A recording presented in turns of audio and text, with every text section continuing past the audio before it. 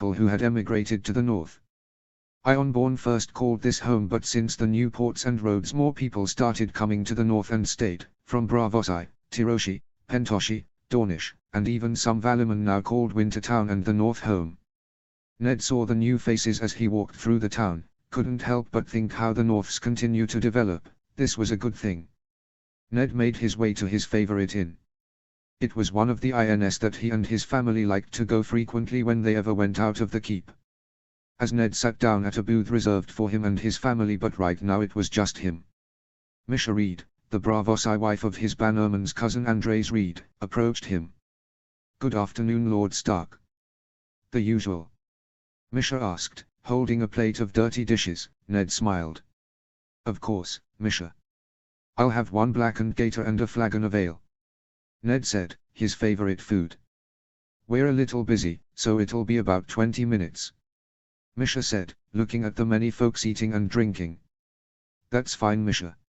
If I'm going to wait, make it a pitcher of ale," Ned said, willing to wait. Misha smiled. "Of course, Lord Stark," Misha said. She made her way to the bar and got one of the server girls to get his pitcher. Ned looked around at the many groups crowded around the bar, all from across Westeros and Essos here in the north together. He couldn't help but reminisce on the North's good fortune. He remembered how it all began. Remembering his daughter's first meeting with the Northern Lords, first to propose an army for the North, the Winter Legion. It was the meeting that would change the North forever. His daughter spent all her time creating and presenting the first foundations for the army. Starting with a few lords and her own money, she grew to defend the North from Victorian Greyjoy. Ned closed his fist in anger at the mention of that man, for attacking the North twice with his daughter right there. Ned still moans the loss on that day for his firstborn, to lose her innocence that day. To feel so scared she needs to create an army to protect herself. Ned would kill Victorian again and again. Sometimes he wished he could have joined his daughter in raiding the Ironborn, increasing the North's reputations and a huge increase in northern trade. The completion of the second port, Westhold, and the road made the North a well-made trade point across the seas. Many traders and sailors use White Harbor, the new road, and Westhold Harbor to get across the narrow seas overgoing all around Westeros. It was the most revolutionary meeting in 1,000 years. Many had doubts that such an undertaking task would ever succeed, especially with his daughter leading it, but anyone who had seen the North now compared to what it was before couldn't argue it. It had taken sons for it all to come into function, bickering and copper-picking between him and the lords. It had taken 2 years for the army to come into fruition. When it was all said and done, it was well worth it. Ned couldn't help but envy the younger generation. While they were training in the army, running down bandits, or manning the wall, he and other lords like him are stuck signing papers and settling petty squabbles between merchants. Ned and Lyra with others planned to create 3 forts that would house and help train the Winter Legion. The Legion engineers helped build the forts, one at Winterfell, called the Harrowgate. One at the Night Fort, which was given to the Winter Legion by Jeor Mormont after helping rebuild the rest of the castles for the Night Watch, and one at the rebuilt fort of Moat Caitlin, commanded by Lyra. Lyra and her other division leaders would switch between the forts and their patrols, to help their leaders and soldiers not get too comfortable when staying at one place. Soldiers fighting on the wall could only fight at the wall, fighting in the swamps could only fight in the swamps, and vice versa. Lyra doesn't want a predictable army but an adaptive one. The same can be said with the Navy for the Winter Legion, doing the same as the soldiers on the land. Ned continues to think about the changes the army has brought to the North. He starts to think about his children. Robb Stark and Jon Snow are now wardens. A thought Ned found strange when he first heard of it, since he was a warden of the North, but now the Winter Legion are creating these titles. When he asked his daughter about it, and thought it was knighting them, she wasn't knighting them. It is training in the longsword, wearing heavy armor and leading their own men. It is more than knighting them, father, it making them know honor, to show they know what they became and the responsibility of it, Lyra explained to him when he asked. Many more are taking this training. Hell, even some lords are training to become one of these titles. Warden, Conqueror, Peacekeeper and Lawbringer. All titles to work for in training. Only one with the title can grant you that privilege, and their armor with it. Time has been long for his children as he sees how strong his sons have become. In armor tailored for them and a long sword with men following their command really makes him proud. While Rob has returned from his enlistment after going his 5 solar cycles, John has re-enlisted, having found his place in the Winter Legion and ascending the ranks. Rob begged to join in, however Ned would have none of it. Rob needed to learn how to rule, and chasing Thans and bandits didn't help in that matter. He still kept his weapons and armor. Even the men that sworn under him had joined him with his house guard. The lightening of Ned and Caitlyn's workload didn't have anything to do with it. Even Rob's guards can do paperwork. It seemed all this generation's sons and daughters of lords were re-enlisting. It seemed a life seeking out glory and leading soldiers appealed more to them than ruling some holdfast. If he were honest with himself, he didn't blame them. Ruling a castle paled in comparison to fighting bandits and defending the wall. By the old gods, he wished could be young again. But most of all, he was proud of his firstborn daughter, becoming a lord, rebuilding Moat Caitlyn, and leading the Winter Legion, making the North prosper. He would have made her heir to Winterfell, but seeing it now, she better lead the fortress at Moat Cailin. Ned smiled at the serving girl when put down a platter of his favorite meal. Blackened gator from the swamps of the Neck were a new northern delicacy, and Misha Reed was preparing it. These new Bravo citizens sure knew how to cook. As he bit into the peppered tail that was grilled to perfection, he couldn't help the contented sigh that came to his mouth. Now he knew how Robert felt when he ate at feasts every day, but, for the life of him, he couldn't really care. Mika I 10 leagues from Moat Caitlin. Mika rode his horse as fast as it would go. It was his last 3 months in the Winter Legion or WL, and he was excited. He had asked Division Leader John a favor for his last posting and he agreed.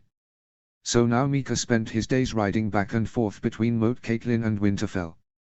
Some people considered riding the post a punishment, but, for Mika, it was the best job for him.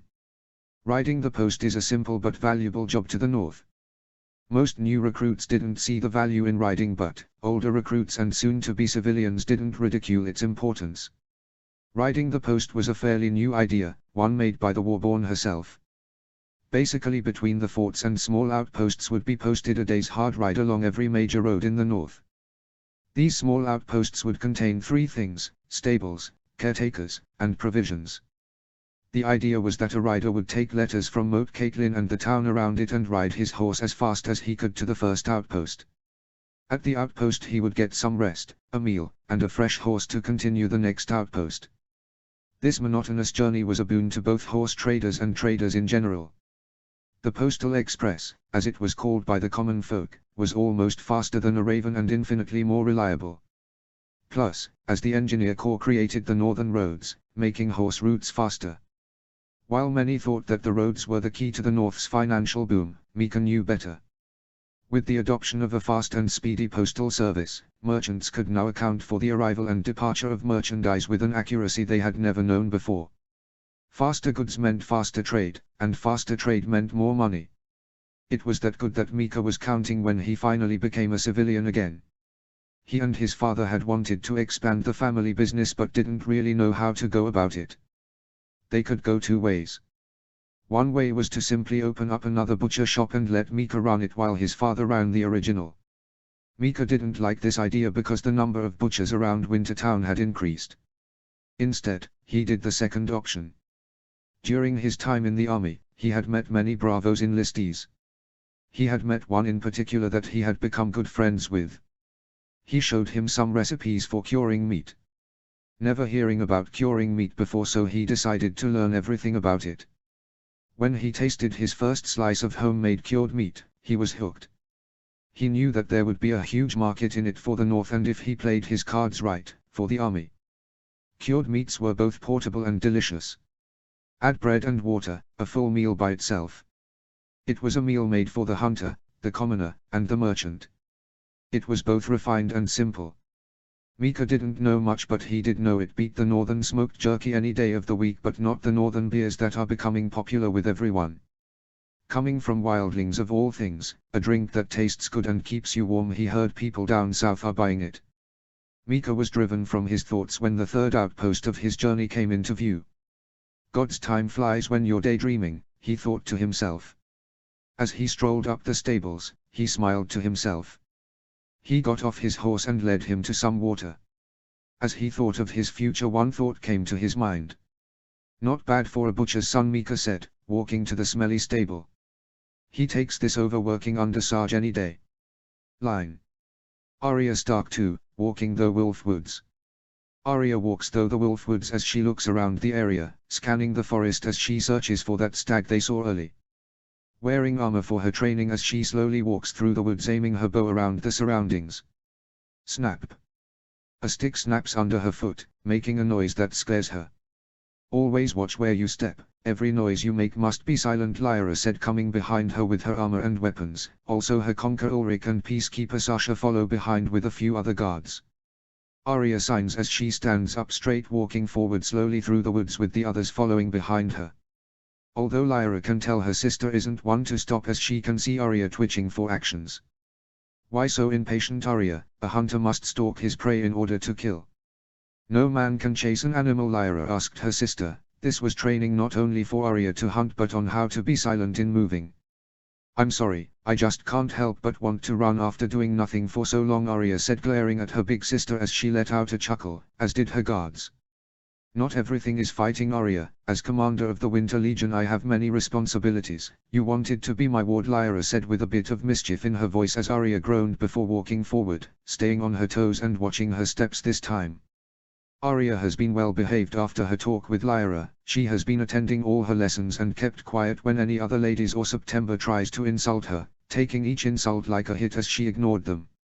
Like her sister said to her, swords and maces break your bones, insults are the only thing they can do, only weaklings are hurt by my words, Lyra advises her, and Arya just takes it with a smile before going to her duties, to the confusion of those trying to get under her skin. Her mother was surprised at her youngest daughter. After the lesson she would do the training her sister told her to do, as when she was old enough she went to her parents with her sister to ask to be Lyra's ward. Both were surprised but ask her to leave while they talk with Lyra. After they talk they agree for her to be Lyra's ward, but only for a moon until she get order and if she does all her lessons, something Arya agrees to, with Lyra pointing out the other ladies and spatter don't say or doing anything to Arya otherwise they will answer to her. Arya finally got to join her sister at Moat Cailin and see all its glory. Seeing the Winter Legion train, listening to Sarge yell at everyone was funny to her. What the bloody hell are you laughing at, you horse-face slut? I'll slap you so hard not even rapists would want to stick their tiny cocks in you, Sarge yelled at Arya, as she runs away from the training of the Winter Legion. Other than that she was with her sister. But she didn't join the Legion nor fight with her sister in battle. Arya has been more of a page and writing with Lyra going over logistics. If it wasn't for the training she got from peacekeeper Sasha she would have gone back to Winterfell. This was the only time she did join her sister on patrol and it was not as exciting as she thought it would be. Patrols are more about marching around and looking for trouble. The bandits hide from us so we patrol to keep them hidden as we search for them, her peacekeeper Sasha told her as she marched beside her. Arya was so bored walking around the north. The 1st Division was resting near the outpost while Lyra took Arya and her guard hunting. Arya was happy to do something other than walking around or moving paper around with her sister. Why did it take so long to do this? We never do anything fun anymore, Arya can't help but say as they walk through the woods. It's been nearly a moon since Arya became Lyra ward and they are now doing something together, besides writing on paper. I created the Legion, Arya. Leading a military force takes more than swinging a sword. Training the soldiers, getting them the supplies, weapons, talking to lords and merchants about patrols and divisions they have, it is a lot of work that needs my attention. Lyra explains why she can't be with Arya as much as she wants to. Arya looks down at this, now feeling selfish. Her older sister is leading an army, going more than any lord is doing, and yet here she is being selfish for not getting attention. Until she felt a hand on her shoulder as she looked to see Lyra looking at her. But at times like these that I enjoy. I'm sorry I can't be there for you, but take the time like these close to your heart. No matter what I do, it these times I look forward to and will always remember. Lyra smiles at Arya. Lyra might seem uncaring to her family but she loved them no matter what. They comfort her when she was in a dark place, always there for her when she need them. That is why she does this, to protect the North for her family, and to have moments like this. Arya was surprised by this and gave her sister a big hug, which Lyra returned. Both of them smile at each other and embrace as the guards look at the scene with smiles. Snap. Hearing another noise everyone got to action, getting their weapons with Arya aiming her bow. Looking down the forest the group of legionaries see the stag walking across them. Everyone quiets down as they slowly walk toward the creature, Arya slowly drawing her bow and aiming at the deer, everyone being quiet as they move closer to the deer. Deep breath Arya, don't pull, breath is out Lyra said as they all watched Arya aiming at the deer. Everyone holds their breath as they watch Arya holding her bow. Arya aims down her sight, looking at her deer. Shoo-oo-oo-oot. Shoo-oo-oo-oot. 2 arrows came flying, one of Arya and another came to the side both missing the stag. The stag caught wind and ran away from the 2 arrows. Damn it Arya cursed as they all looked around, finding the other hunter that ruined her first hunt.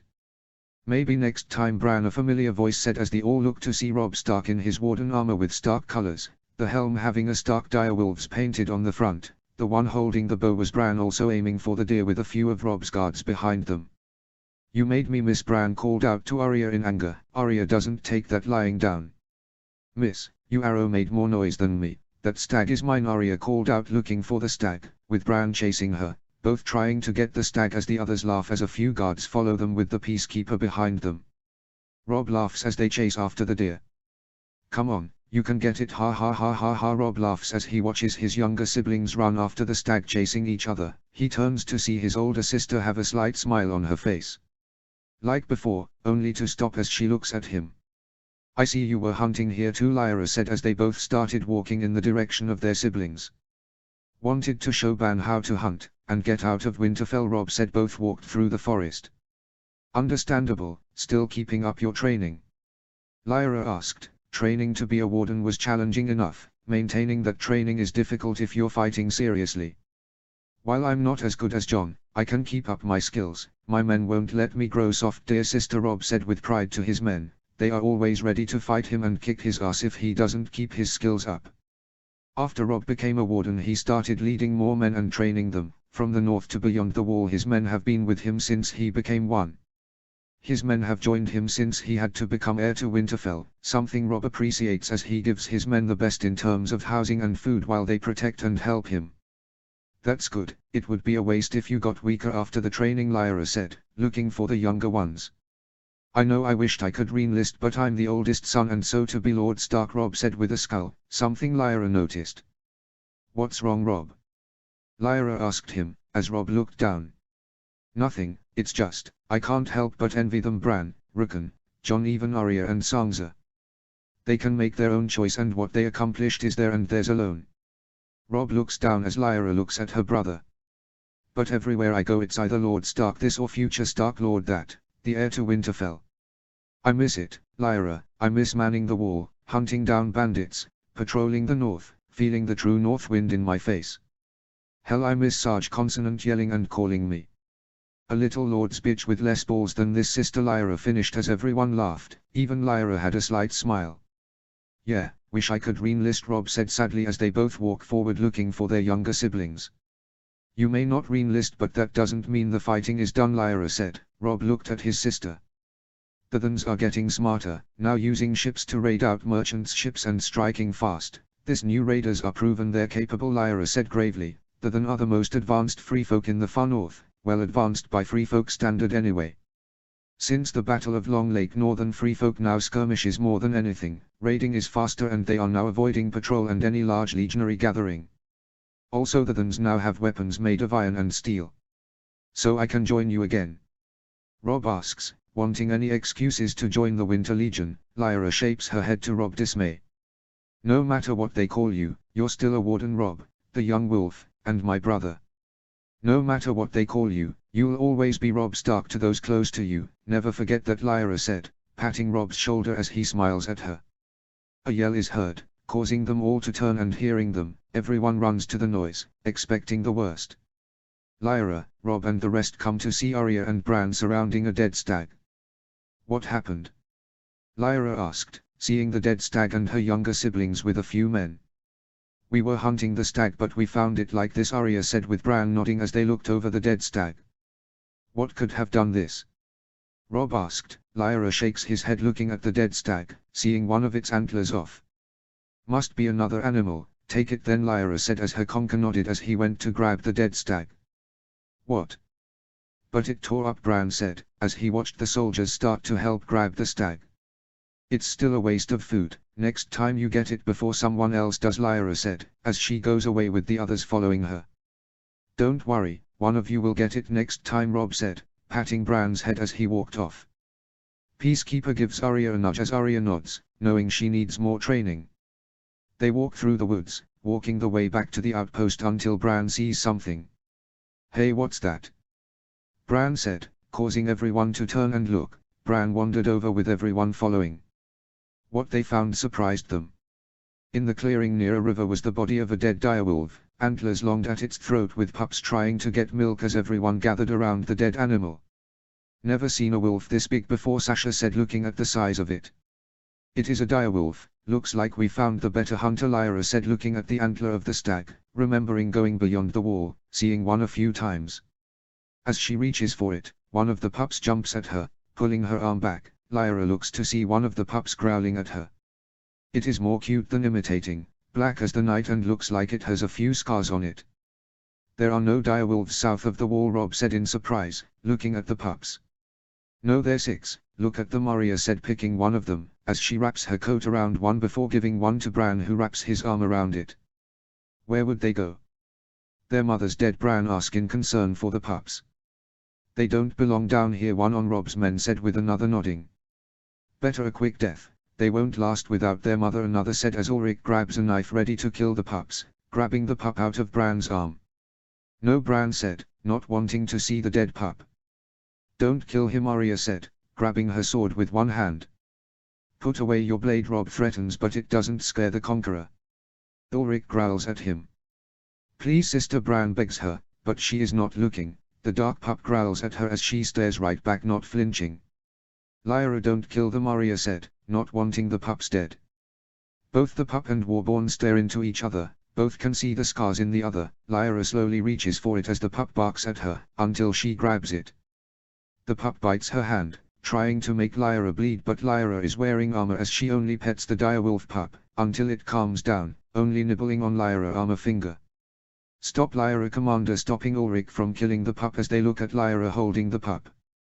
The direwolf is the sigil for House Stark, and there are 6 pups. I think we were meant to have them, Lyra said, grabbing another pup.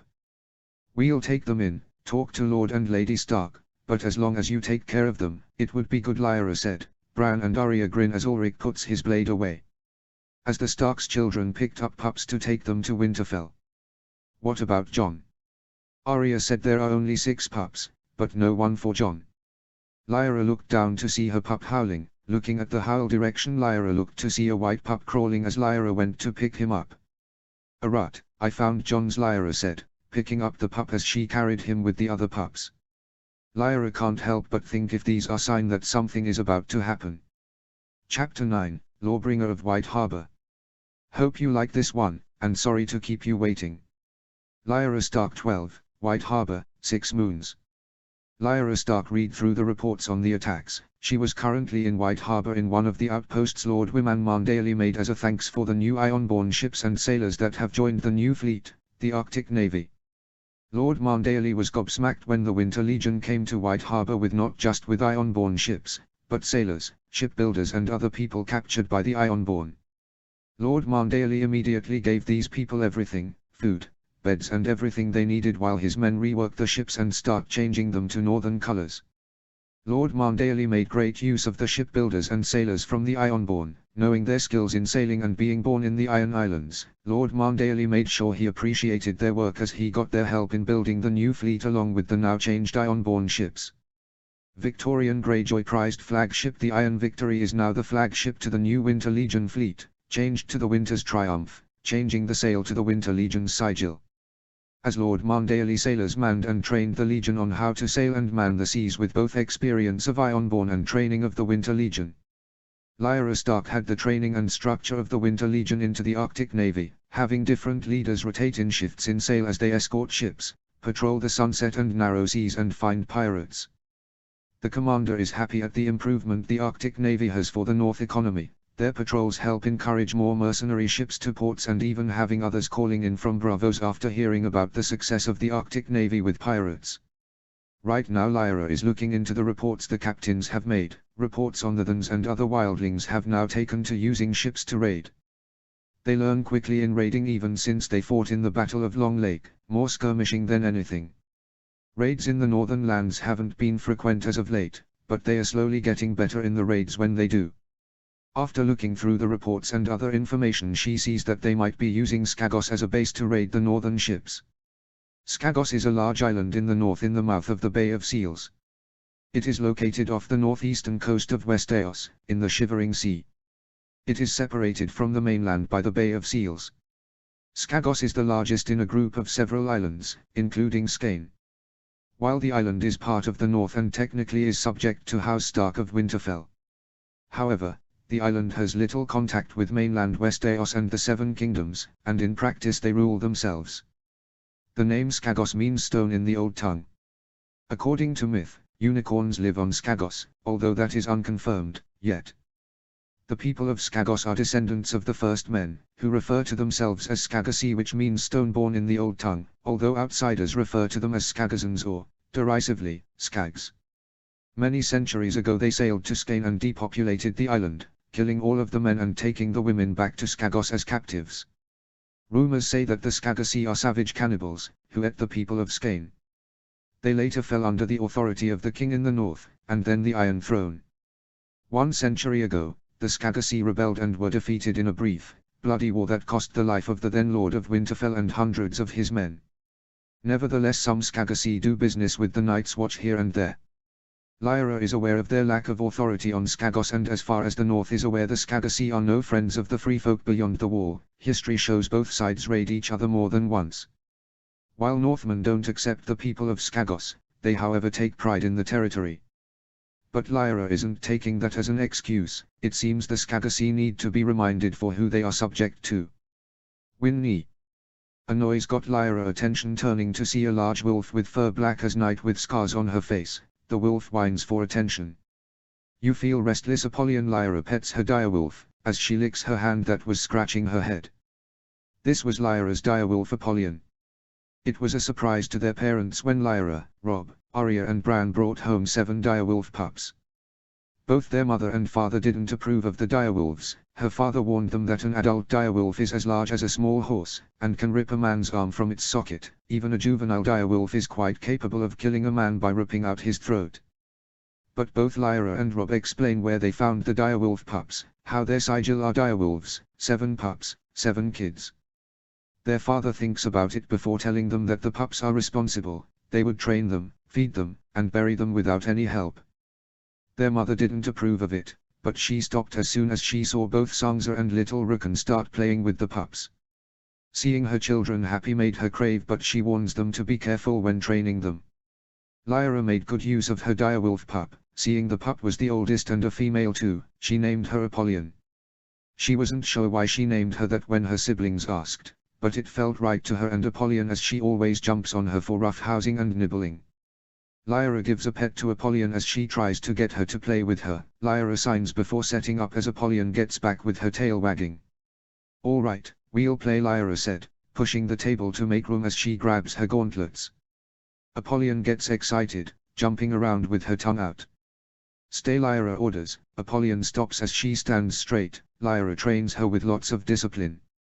"Sit," Lyra orders the direwolf. Apollyon sits down as she watches her master putting on her gauntlets. "Okay," Lyra said as she started to get closer. Apollyon lowered her head. "Ready," Lyra said to Apollyon, starting to growl as Lyra went to tap her face.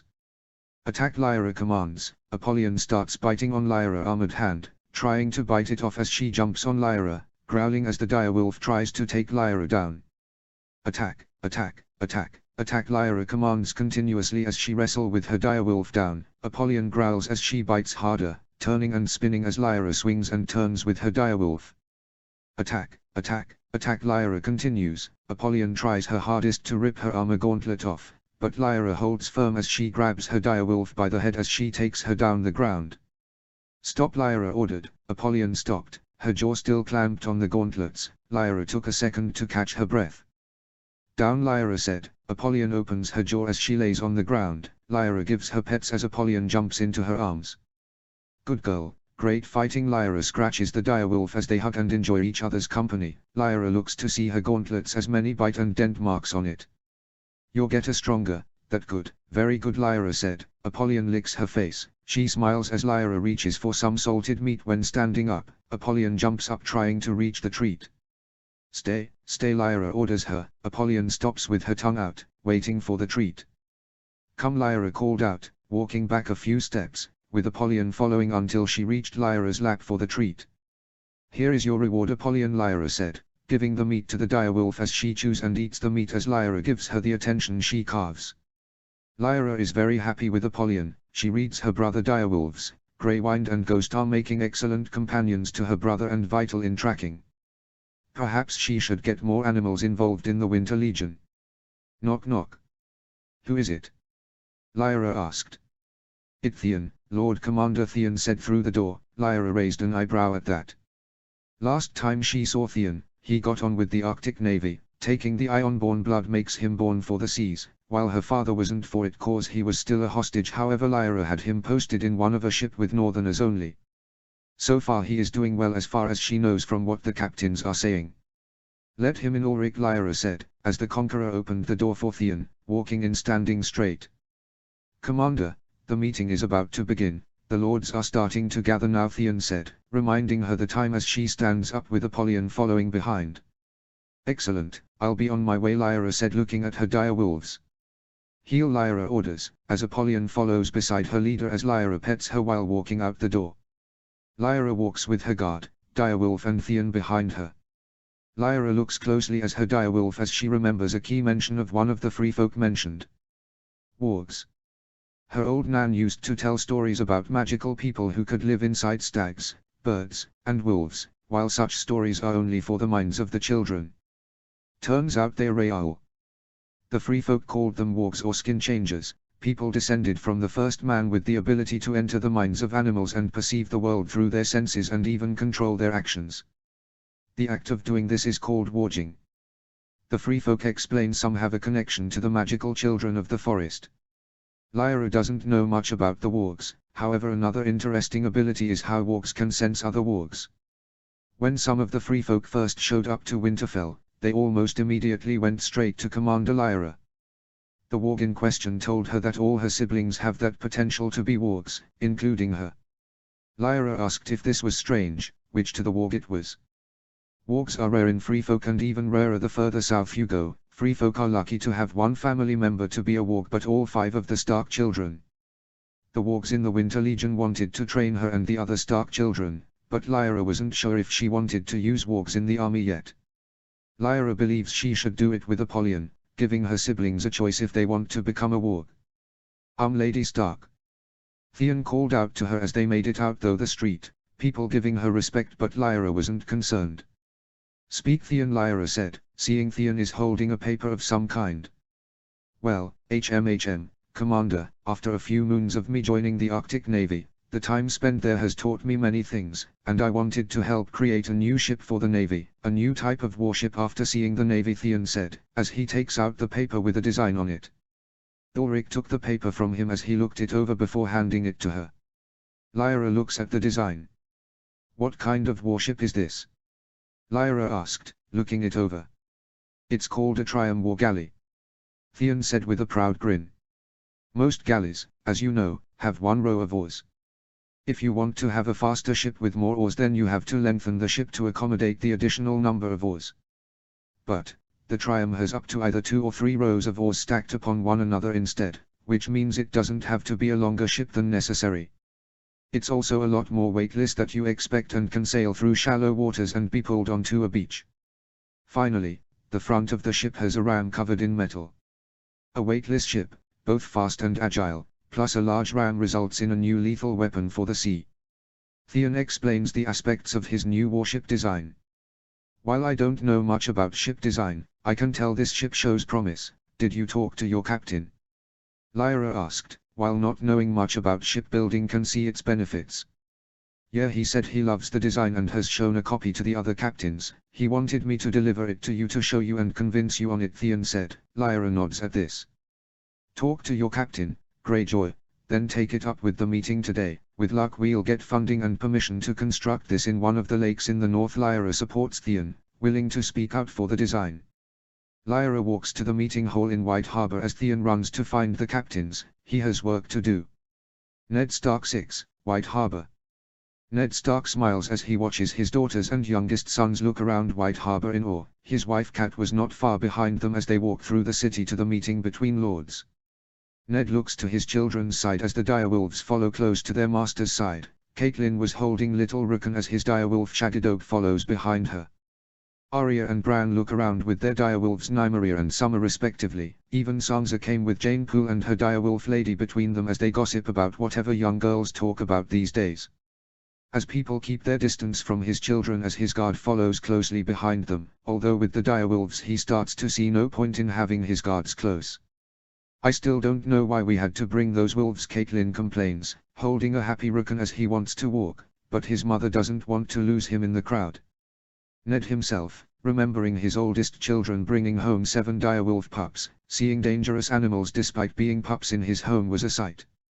Knowing full-grown direwolves can take off a man-arm with little effort. Ned immediately wants to have them killed. No mother for them, it best puts them out of their misery. But his oldest daughter said otherwise. Flashback. 7 pups father, 7 of us, direwolves are outside Jill, we were meant to have them, Lyra said to him, as Ned looks to see the direwolf pup nibbling on her armored finger as she scratches its head. Ned turns to see his other children playing with the pups as soon as they see them, Sansa holding the pup, Arya showing Bran the pups, even little Rickon lights up when Robb shows the pup to him. All his children looked at him, all begging him to let them keep it. Ned looked down. You will train them yourselves, you will feed them yourselves, and if they die, you will bury them yourselves, Ned said, as his children cheered. He even got to see a slight smile on his daughter's face. Flashback end. They train them well enough, Ned said to her, as Catelyn sighs but smiles and sees her children playing with their wolves as they look around. I have a meeting to get to, would you be alright? Ned asks his wife. Catelyn nods as she watches her children walk. Don't be too long, we don't travel much, Catelyn said to him, wanting to spend some time with her family as they explored White Harbor. Ned smiled.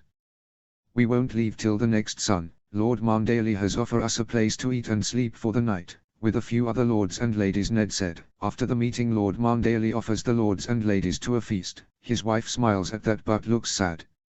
Lyra will be there, I'll make sure of that, Ned said, hearing that. Catelyn looked at him in surprise as Rickon got excited. Big sister coming, where?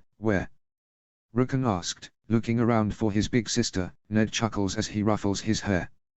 Tonight, you wild wolf, now be good to your mother, Ned said. Rickon nods as Catelyn let him down to pet Shaggydoag with Catelyn eye on him.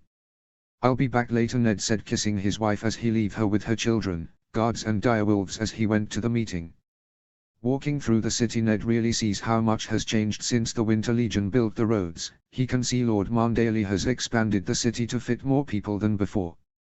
All the buildings and roads that were lined with stone, even the streets were lined with stone, and everywhere Ned looked, modern brick buildings abound. It was a city, which, like the North, was on the rise.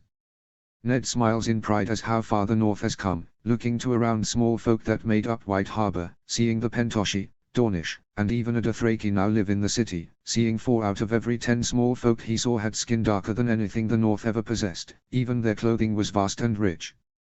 Compared to small folk in King's Landing, who are struggling to make anything, here everyone has something to do, merchants alike who have accumulated enough wealth to buy themselves out of poverty.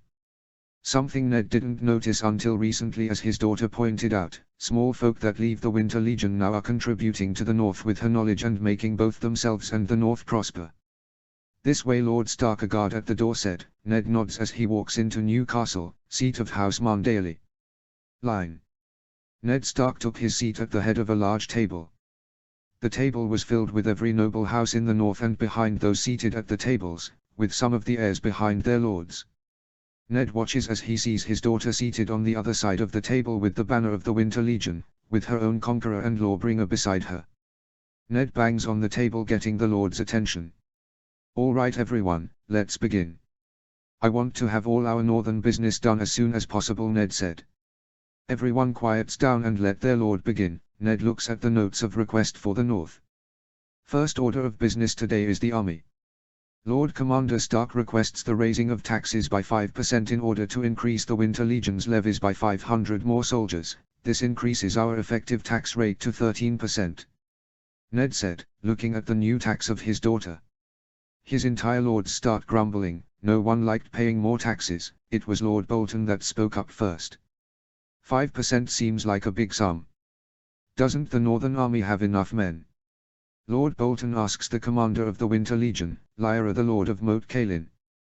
Not enough, my lord. Each son the increase in banditry grows. While the Legion can protect the lands, they have increased their crimes. New Gift and the land around it, parts of the north that are least patrolled by our soldiers.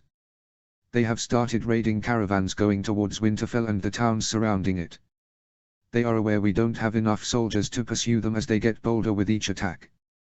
There will be more raiding and more of your coffers would be stolen. Would you rather have your hard-earned coin stolen by bandits, or pay the tax for the Legion to protect your lands? Lyra said to the Northern Lords, as they shut up after that, they have been having an increase in complaints from the merchants coming into their cities. They all knew about the banditry problem that has increased. Scene trade has been to the north but haven't fully addressed it yet. Most of them mulled the proposition between themselves they would approve. An extra 5% compared to the 10% compared to lost revenue in the long run. Commander Stark, will the 5% also increase the Legion engineers as well? Daisy Mormont asked, seeing how engineers are becoming more important to soldiers. Yes, increasing the tax will have more troops dedicated exclusively to the engineer corps. They would be able to expand and repair all major trade roads. Commander Stark said, more soldiers mean more engineers as will be needed.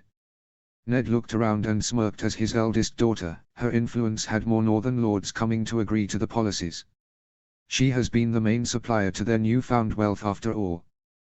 They argued for a few more minutes but their arguments were just for show. They no longer argue about the tax rate, they argue about whose trade road will expand first. After a few minutes, Ned decided to put the matter to a vote. All right, I think it's time we put this matter to a vote. The Lord Commanders will decide on the smaller details of the motion later on. For now, the matter of the 5% tax is put to a vote. All in favor raise their hands. Ned said, asking the Northern Lords as they all raised their hands. All opposed? Ned asked, while is not necessary it part of it, no one raised their hand. Very well. The motion passes. The new tax rate will go into effect at the next harvest. Ned said, to them, signing the policy with approval. Second order of business, an expansion of the Arctic Navy, Lawbringer Mandaily. Ned called out, as a big man is bald with a bushy walrus moustache which covers his mouth in a heavy armor suit standing with Theon beside him. Lawbringer Willis Mandaily is a knight of House Mandaily. He is the eldest son and heir of Wyman Mandaily. Lord of White is married to Leona Woolfield and has two daughters, Winifred and Wyler. He now sails in the new Arctic Navy on the Winter Triumph, having sailing with the newly freed Ironborn and training in the Winter Legion has made him strong in the sailing, having worked with Lyra Stark in creating a new navy following the Winter Legion example, training enough to earn the rank of Lawbringer from Lawbringer Sarge. My lords and ladies, while the bandits increase their raids in the land, the sea is no different, with the Thans now gaining ships our merchants' ships now be targets to them as well. Willis Mandaily said, as the lords get anger at the mention of the Thans. While the free folk have slowly integrated with the North after their time in the Winter Legion, those beyond the wall have also learned and adapted to the Winter Legion, armed with weapons and ships they raid smarter, now causing problems for them all. That is why Theon Greyjoy has created a new design for a ship that would help Lawbringer. Mandaily points to Theon as he hands the copies of the diagram on the new ship to the lords. It's called a Triumph War Galley, my lords, faster and made for ramming. Theon said with a proud grin as he told the lords the benefits of this new ship design. The lords all look over the ship's diagram as they nod and discuss it over, more seeing the benefit while some not seeing it.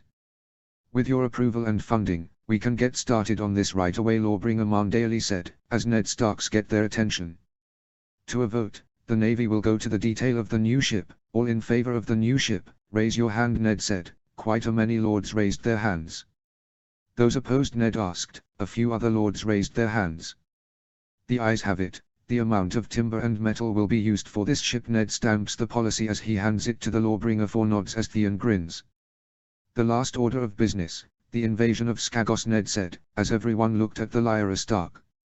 What do you want with those savages? Great John Umber asked, why bother with savages in Skagos? My lords and ladies, we have reason to believe the Thans have been using the lands to raid the north, Lyra said, which got the lord's attention. What do you mean, Commander? Lord Ricard Karstark asked her. While it true the lands are far, they are still our lands. The Skagasi have been away from the north far too long. While we grow stronger they grow weaker. We match the Thans now but Skagasi will not. It time they remember who they owe their lands to. It time to show them their place in the north, Lyra said as few of the lords look approve. Ned narrows his eyes. You wish to invade, Lord Commander? Ned asked his daughter, as she nodded. To ensure the Skagasi still live, to protect them from the Thans, and to show them what they are missing from their homeland, Lyra said, Gratian hitting the table. Yeah. Those bastards need to know who is in charge here, Gratian bellowed as the lords cheered. Ned didn't look happy but slammed the hands on the table, stopping their cheering as they looked at their lord. We still have to vote. Those in favor of invading Skagos? Ned asked them. Many of the lords raised their hands in triumph. Those opposed? Ned asked, but knows it won't work. The lords don't move their hands. Ned signs. The ayes have it. Details will be in charge by the Lord Commander, Ned said, looking at his daughter who nodded. Is there any more business? Ned asked, looking around. It looked like the business of the North was officially complete. His lords would settle whatever minor differences they had in a more private setting. So with this in mind, Ned decided to conclude these meetings. Then the meeting adjourned, Ned said, as Lord Wyman Mandaeli stood up. I invite all the lords to a feast in my hall, Lord Mandaeli said, as the lords started to converse and leave as Ned walked to his daughter, who was petting her direwolf Apollyon. Father Lyra greeted Ned. Nods. Daughter, would you follow me? Ned asked for privates. He led her daughter to another room to talk to, as he closed the door giving them privates. What is this about invading Skagos for? Ned asked, not approving of this action as Lyra stood tall. Father, you're aware of Skagos, how they don't follow our laws or even pay their dues to you, Lyra explains as Ned shakes his head. That no reason to invade our own land, Ned said. While he is aware that the Skagos do not have anything to do with the North, doesn't mean they should be invaded. Even if the Thans have taken over the island. Lyra asked his father. We have no presence on the island, father. With the Than learning we need to know what is happening. Getting Skagos in the fold will ensure the North is aware of any more raids, Lyra explains her reason as Ned signs. I hate your sense of reason, Ned shakes his head at his daughter's stubbornness. We are Starks, are we not? We must show why we are the lords of the North, father, Lyra said to her father, as he smiled at her before giving her a hug. No matter what you do, I'm always proud of you, Ned said, hugging his daughter, showing her that she doesn't need to do everything to make him proud, as he loves her no matter what. Lyra hugs him back. Bran Stark White Castle Dining Hall. Bran Stark sat down on the table as he watched everyone around him eat, dance and talk. He was currently with his family eating all the food the Lord Mandaeli offered to the lords and ladies of the North. Bran has never seen so much food before. Even the feast at Winterfell was smaller compared to White Castle. Bran looks at the lords eating and talking with his father as his mother speaks with other ladies. His sister Sansa was talking with all the young ladies at her table.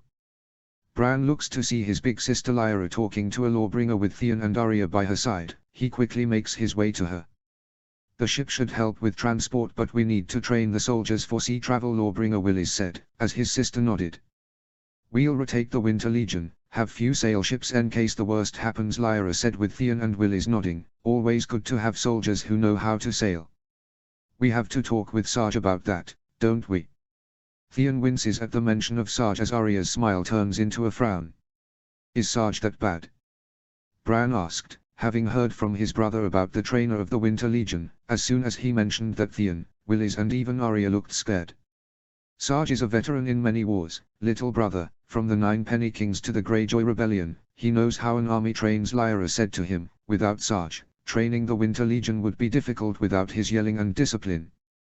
But he's an asshole that will beat you bloody, Theon said, holding his nose, remembering Sarge headbutting him.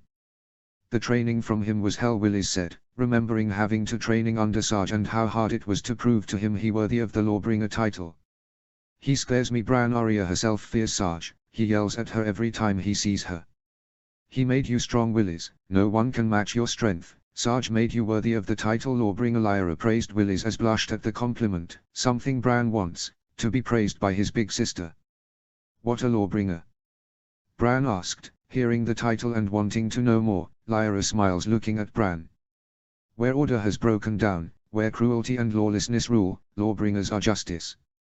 They go wherever they are needed, and they come prepared. Their armor has no equal, its construction a secret of their order. And they carry the most versatile weapon ever invented, the poleaxe. Pray that you do not need them.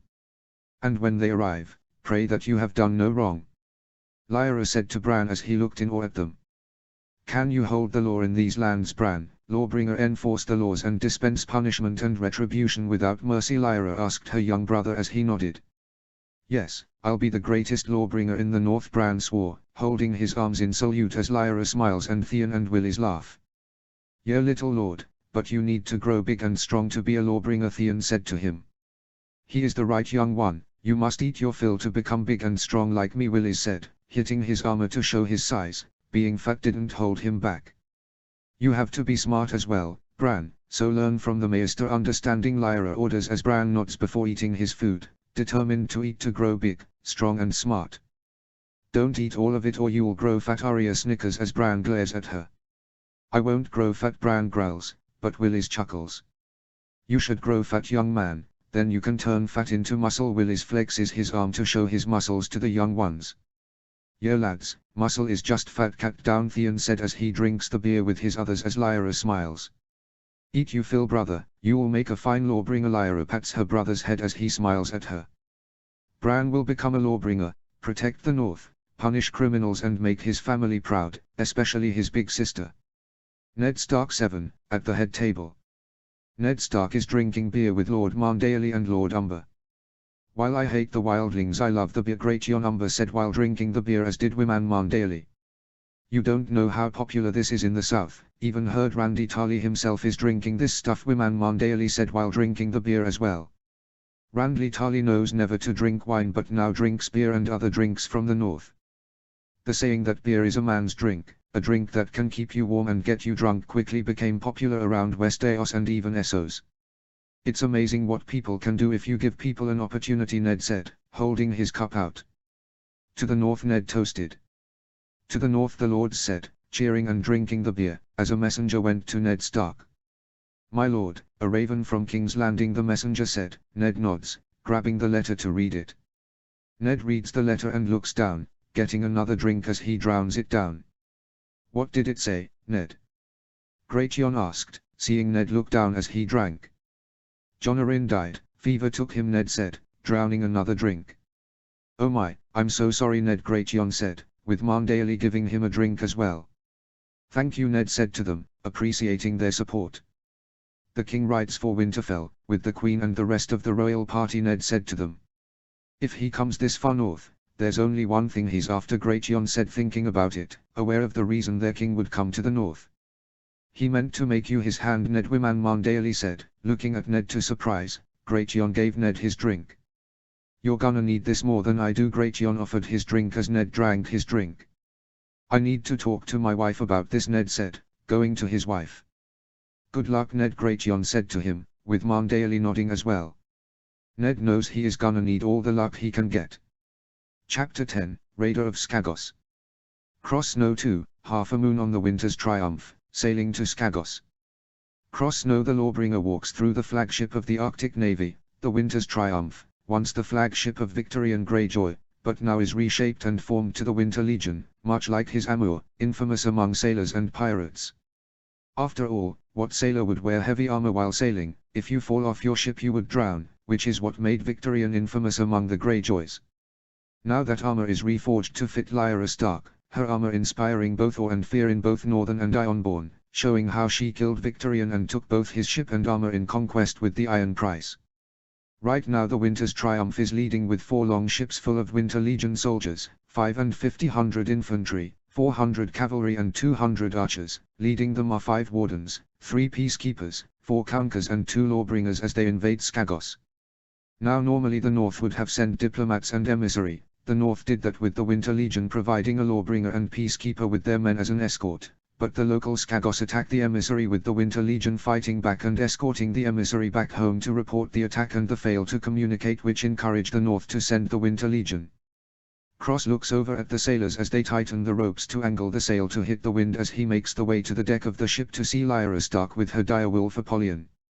Normally it would take 3 moons of travel between marching to the ships and sailing to the islands, however with the Winter Legion routine of marching, the new roads built and the Ironborn ships built for speed made travel time less with the Winter Legion already assembled and more than ready to fight. Cross now walks on the stair to reach the deck with Lyra watching the seas with her direwolf Apollyon at her feet. That direwolf scares him as he walks past a freefolk legionary with an owl on his shoulder. Lawbringer, he said in a heavy freefolk accent with his hairy appearance. Cross nods in acknowledgement as he walks down to the others. Cross doesn't understand why these wild bastards with animals keep meeting up with Lyra. Cross now looks at Lyra now petting a white owl near her as she looks at her, mind too wondering. Now she has a pet owl. Cross though walking to her. Commander Lyra, we have nearly reached the islands of Skagos, Cross said, reporting there are nearly, but she doesn't acknowledge him, she just stares into the sea. Commander? Cross asked her, not seeing a reaction as she looked at the sea while petting that owl of hers. Cross went closer to her, seeing if she was alright. But the damn direwolf stops him with a growl, which her scarred wolf-like face with her snarl makes it more intimidating. Damn it, Apollyon, Cross cursed the direwolf that got Lyra's attention as she looked around, before noticing Cross with Apollyon growling at him. Apollyon, heal Lyra, orders her, as the direwolf calms down, sitting down as Cross looks between the direwolf and the commander. What is it, Lawbringer Snow? Lyra asked him, as Cross stopped to shake his head before looking at her. Commander, we are nearly at Skagos, Cross said to her, reporting that they are nearly there, Lyra nodding to the railing. Winter Legion, we are nearing Skagos, prepare for landing, division leaders ready your men, Lyra orders as all the sailors and legionary get ready for landfall. Lyra turns to the freefolk earlier. Takar, inform the others to scout the land ahead, find a safe landing area and report anything to the division leaders, Lyra orders with Takar nods as he walks to one of the leaders, sitting next to him as he leans back on the board as his eyes turn white and the owl takes off to the other ships. Cross looks at the other ships to see the owl fly over to some people as they get ready for landfall and more birds start to fly around to the islands ahead. These wargs are a strange thing, while he too heard of the skin changers beyond the wall, but thought nothing of it, yet here he was seeing it. While some people are suspicious of these people, however, they have proven their worth with their animal companions in scouting, tracking and hunting. Lyra herself spoke out about these people while informing everyone how others in the north could have this gift, as some free folk start to ask people if they want to learn too. Cross Snow didn't like it, animals with human minds controlling them, unnatural to him. However, the Thane and other wildings have been using them for decades. Lyra points out how they need to even the fight. While some people find them weird, they can't deny their usefulness, as he heard in private some lords and heirs had the gift and some want to know more. To see through the eyes of animals, these thoughts sound like magic to him. Who wouldn't want to be a wizard? All this is kept quiet from those with high belief in the Seven, who hate any form of sorcery in the south. Thankfully they don't have much influence in the north to be much aware of. But people talk about the Winter Legion, about the Warborn and the army. Fortunately not many in the south believe them, not see the north as anything more than a kingdom with nothing but snow and barren lands. Cross looks to see Lyra petting the owl and her direwolf. He has heard rumors Lyra was a warg as well and is learning how to use the gift they call it. You don't approve? Lyra asked. Cross looks at her, then at her direwolf, which is already the size of a normal wolf despite being a few moons old. It not that I don't approve of these wargs, just don't like animals in general, Cross said, honest, looking at the wolf as licks at him. It scared him how it not fully grown, yet Lord Stark lets his infant children have one. Men have been using animals since the first son. Apollyon would never hurt those unless I command it, Lyra said, scratching her direwolf ear as she growled in joy, learning into the hand scratching her. That name, Apollyon, what does it mean? Cross asked as he had never heard the word before. Lyra looked at her direwolf. When I was younger I would always learn something new every day. Lyra recalls the times before all this, before the fire and drums of war. Cross pays close attention to her as she speaks. Days I would ask for the meaning of words and other trivial things, either in Old Tongue, Common Tongue and Valyrian to name a few. Lyra said, remember a time where she would run around Winterfell, asking questions of whatever appeared in her mind, the meaning and things she never thought of and wanted to know more of. I would ask my mother, father, maester or anyone who would listen to my voice. Lyra has a little smile on her face, which Cross just barely notices before turning back to blank. One word I remember was Apollyon, Lyra said, getting her direwolf's attention as she gave her another scratch. I don't know where that word came from, only that I remember it. I asked Many what its meaning. Our maester had to research the word itself for some time until he found an answer Lyra explained to him. Maester Lewin said the word had several meanings in different languages. In Old Tongue it means pit, in Valyrian it means abyss. Lyra explains the meaning of the word as she kneels to her direwolf. But in Common Tongue it means destroyer. Once to the Andals of old, Lyra said, giving her direwolf a kiss on her nose as she gets a swipe of the tongue. Lyra pets the direwolf before standing up. I felt connected to the word and deem it appropriate to name her with it, Lyra explains to Cross, who nods to her before looking at the snow-white owl. And the owl? Cross said, feeling uneasy behind the meaning of the direwolf's name. Hedwig, after a dear friend who dies from Wintertown. Lyra gives the owl a scratch as it learns into the torch. Cross nods before heading to the others. While he felt uneasy knowing the meaning of the names, it got a better understanding of Lyra. It shows how daunting she was.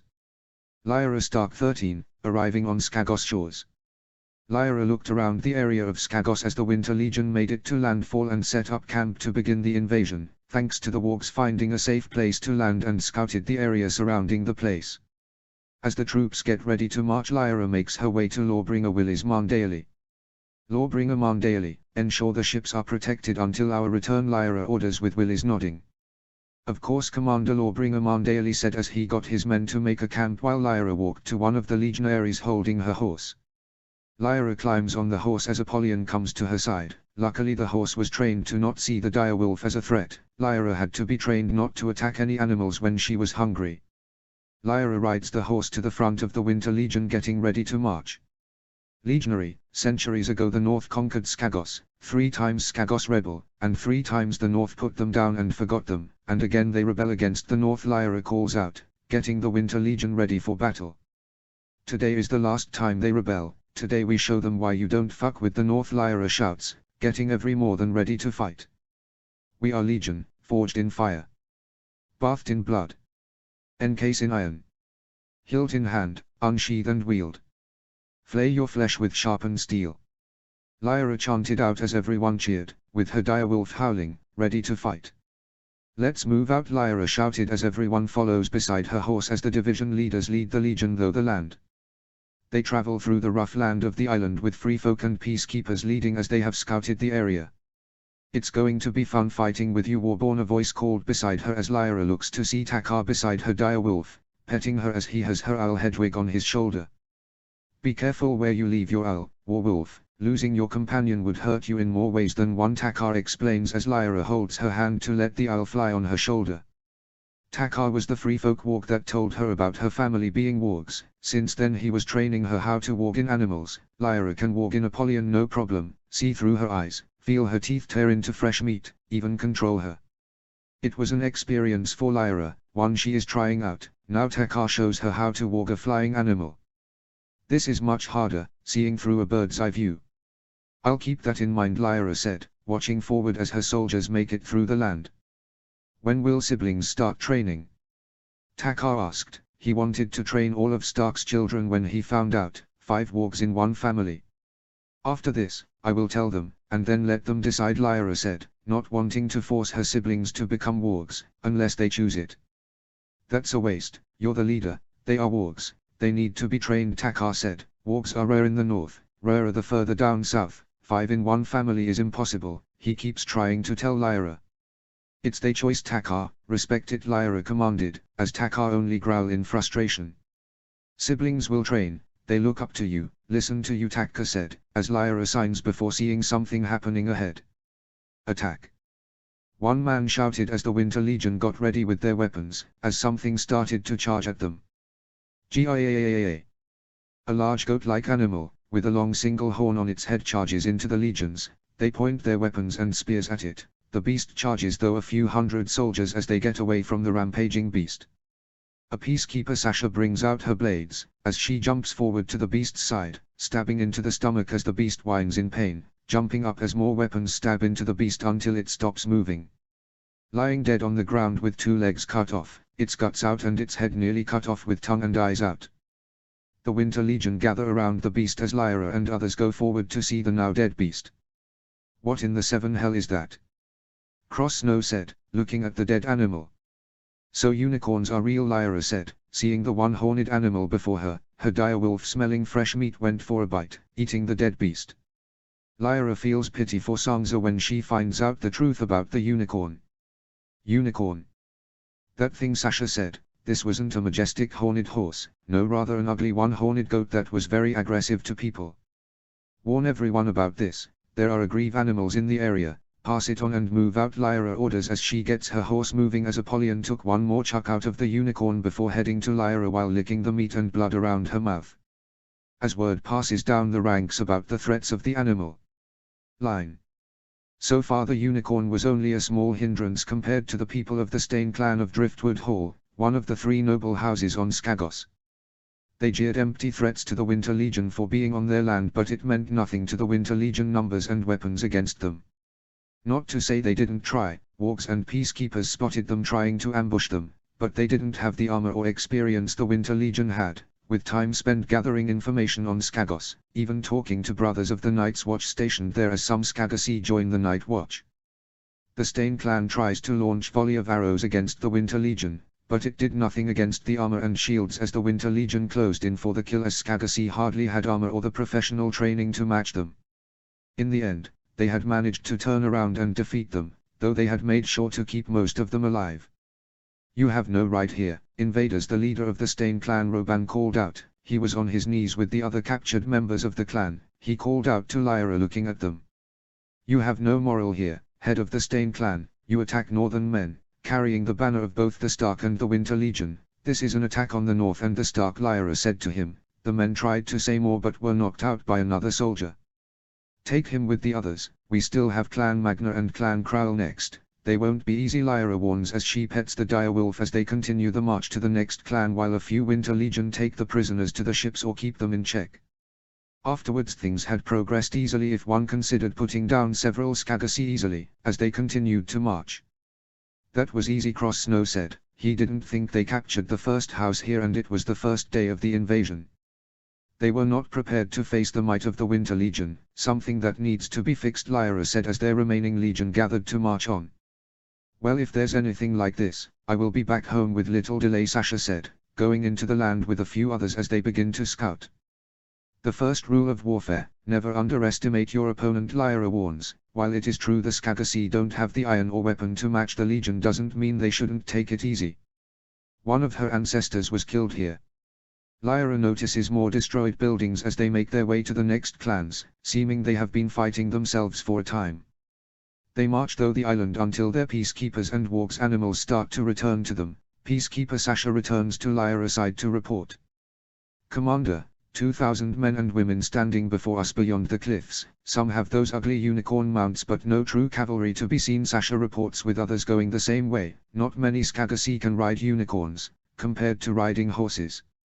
"Hold," Lyra commanded as everyone stopped in the tracks, getting their weapons and shields ready as they all saw the 2,000 men of Skagos walking over the hill. "It seems they are ready for us," Cross said, looking at the men with their poor quality swords and wooden spears with black-like tips. Most had bows ready to aim at them, as the Winter Legion got their shields ready. "Looks like they want to talk," Cross noted, seeing two men from the opposing army riding out on unicorn mounts bearing the white flag, all known to parley with the enemy. "They wish to speak before our battle," Lyra notes. It seems both clans Magna and Crowell had scrambled to muster their strength after the quick defeat of House Stane, something that Lyra had let them do, as she slowly descended the march. The Winter Legion has marched deep into enemy territory to secure another victory while keeping the energy and morale from the fight before, however. The Winter Legion needed the time to establish a strong supply line, to help with any rebelliousness from the locals. Lawbringers and Ulrich her Conqueror is keeping the locals in check while the discipline keeps the Winter Legion in check. Another good thing is the Skagosy small folk generally didn't care who ruled over them and the Winter Legion gave them food and other supplies while they were captured. "So, are we going to talk to them?" Sasha asked, see them getting closer. Of course, such talks would lead to victory or defeat. Lyra got off her horse as she walked toward the two men. They got off their unicorns as well. "This is going to be fun," Sasha snorted, behind Lyra with Takar too, as Apollyon was by her mistress's side. Lyra gave the order to cross and the division leaders to maintain the ground, as the 3 legionary plus the direwolf went forward to meet the enemy leaders. They met in the middle, the presumed Lords Magna and Krowell having already dismounted their unicorns and stuck the white flag into the ground. "I am Jarl Magna, Lord of Clan Magna of King Shaus." The greying man introduced himself formally. Lyra had a slight snort at that. Since learning Old Tongue she knows that Magna means Lord in Common Tongue, so the Lord of House Magna was literally calling himself Lord. A strained cough from Takar told her that the wild man was finding it funny as well. "Osric Krowell, Lord of Clan Krowell of Deepdown," the somewhat younger other man said. "Sasha, Peacekeeper of the Winter Legion." Sasha introduces herself, after getting a nod from Lyra. Takar, the mighty one. Takar brags, giving himself a title for no reason. "The Skagasi are doing it, why not him?"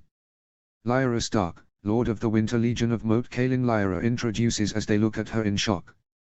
"So it's true," Jarl Magna said, looking at Lyra. "Stark did let his daughter lead his army, how weak is he?" Osric Krowell laughs, looking at Lyra, but Jarl Magna doesn't laugh. Jarl narrowed his eyes at her as the direwolf growled at Osric, scaring him. "Shit, is that a direwolf?" Osric is scared, seeing the wolf growling at him. "Yeah, and she loves eating stupid bastards that insult our commander," Sasha said, grinning at the scared lord. She stops when Lyra looks at her. "Heel," Lyra commanded. Apollyon stops growling but still glaring at the young man. "I heard you killed one of those squid lords, burning his body and taking his skin to make your armor," Jarl said, looking at Lyra's armor. "The werewolf did, kill that squid lord, and killed that cunt Rollo, would-be king beyond the wall, and stole his army." Takar brags about Lyra but said Lyra now looks at him too. Sasha and Takar see her looking at them and shut up as Lyra turns to the other lords. "You wish to parley?" Lyra said, getting to the point before it gets out of hand. "Your invasion," Osric said, getting his wit back but is still wary from the wolf. "Go home, little lady, and we won't slaughter you to the last," Osric said to her. "You ignored our message, attacked our diplomat and aided the Thans in raiding the North." Lyra accused them of the wolf growl scaring the two. "You are part of the North, to be its protectors, but you squander it, betrayed your allies and enslaved others, raise a rebellion that killed hundreds, weakening us for our enemies. That's why I'm going to take this island back to the North and bring it to glory as it once was," Lyra proclaimed to them. Both step back at the voice of the Stark before them. "We don't aid the Thans," Jarl snarls at the mention of them, but Lyra wasn't having it. "But you do, your actions made you too weak to fight them off," Lyra growled at them, the two Skagasi's faces twisted with outrage at her calling them weak. "You bitch, we being fighting those wildings for decades and here you are bedding one," Osric accrued looking at Takar. "Hey, this free folk has bigger balls than you two put together," Sasha said to them, angering them further. "You dare accuse us of aiding those?" Jarl was about to continue but others called out. "Wildlings!" a voice called out. Everyone turned to see a young boy running on a small unicorn to them. The two lords turned to see their armies either abandoning their post or fighting among themselves in disorder. "What the fuck?" Osric said, looking at their army fighting each other or running away. "Wildings, the invading the villages off the coast," the boy tells them as the two lords get pissed. "Old gods, damn those wildings," Osric said, but Jarl gets pissed before looking at Lyra. "We have no time, go to your men and get them under control, the Winter Legion will get there right away," Lyra orders them as they both look at her in shock. "Lord Osric, get any archers to fire at their ships. Lord Jarl, get any survivors you can, we'll fight off the Thans," Lyra orders them as they look at each as Lyra walks away from them. "Hey, who do you think you are, bitch?" Osric yelled out, as Lyra turned to look at him with that intimating helmet. "War, I am War," Lyra said, walking toward the army as she gets them to head for the villages. Osric looks at her as Jarl nods. "Let go, Osric, our homes are getting sacked," Jarl said to him, but Osric looks at him. "But the bitch," Osric points as Jarl growls at him. "She right, we are too weak to face them, we need her help now, come on you stupid bastard," Jarl orders as Osric signs following the older man to save their home. Jarl Magna I, on their way to the villages by the coast. Jarl Magna, Lord of Clan Magna, spent a lot of time getting his men together, too much time he wasted, having to kill more than some of his leading men when they tried to take over as he and Osric lead them to the coast to save their home from those bastard wildings. Wildings from the Thans are the most advanced beyond the wall, not as advanced as them but still. but they have been getting smarter, having steel weapons and attacking them at their weakest, cowards Jarl calls them. Now this has happened now, the Northmen are invading them now as his people have seen them quickly beat that stupid Stain clan, those stupid cunts, so he went to meet up with Osric Crowell to fight these invaders together. They meet the invading force and it was terrifying, seeing an army of armor men with weapons better than all of them combined. They first used the white flag of parley, a sigh of talks before the battle. Jarl wanted to meet the leaders before they fight.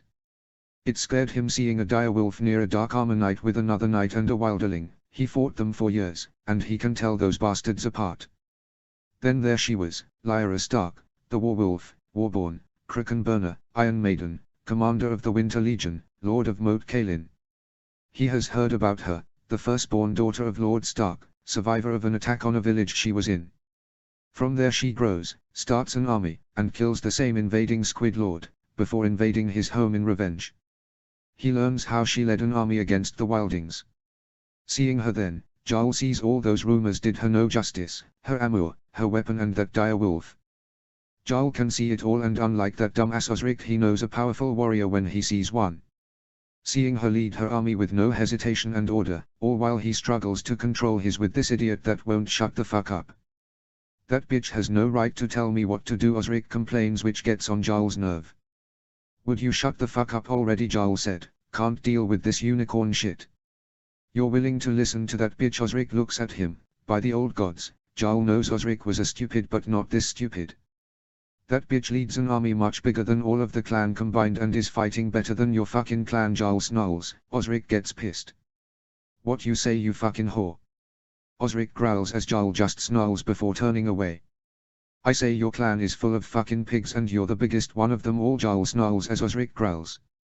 No one calls my clan pigs, you cocksucking bastard. Osric punches Jarl as they start to fight, with the both clans starting to fight one another. We don't have time for this, Jarl shouted, wasting time, but Osric punches him again. After I kill you, those Wildings, I'll take that wolf bitch myself, Osric said, as Jarl snarls at this stupid prick. Maybe that Stark was right. Lyra Stark 14, already at the village beside the coast. Lyra Stark sees how quick her Winter Legion made it to the coast of Skagos, seeing the Thuns raiding the village's ports and stealing their supplies.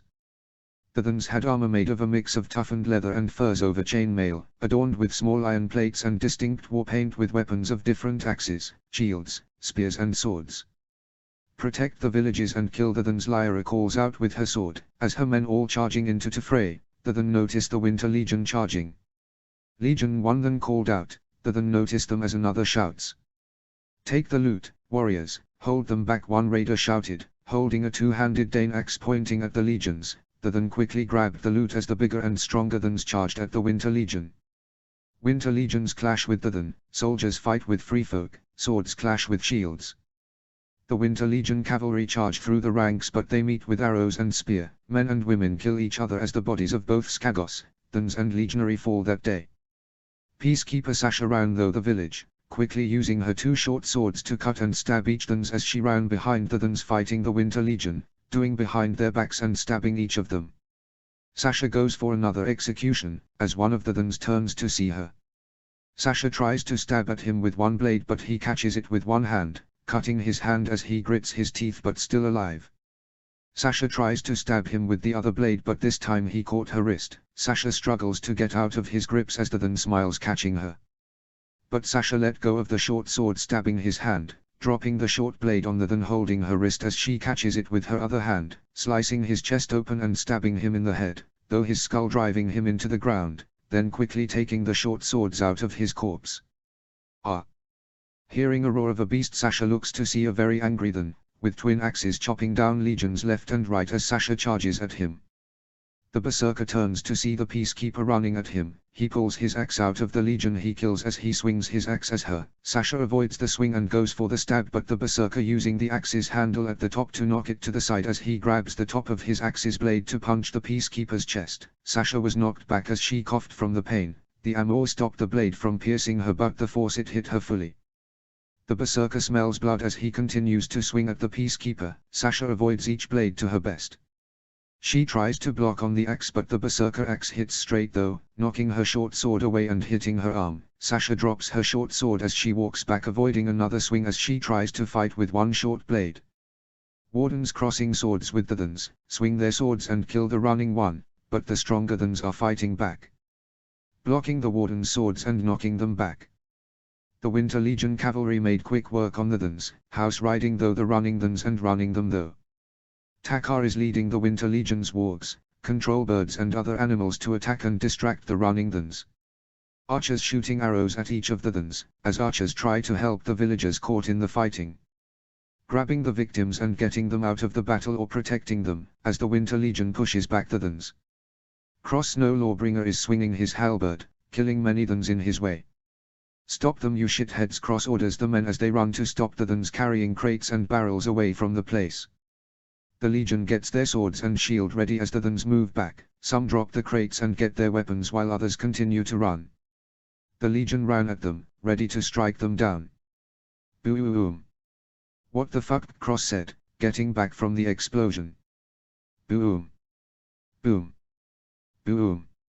More Thans throwing fire, exploding rocks, the fire scaring the cavalry and causing chaos in their ranks, horses getting scared and throwing off their riders, Winter Legions get knocked back by the explosions and burning by the fire caused by the fire rocks.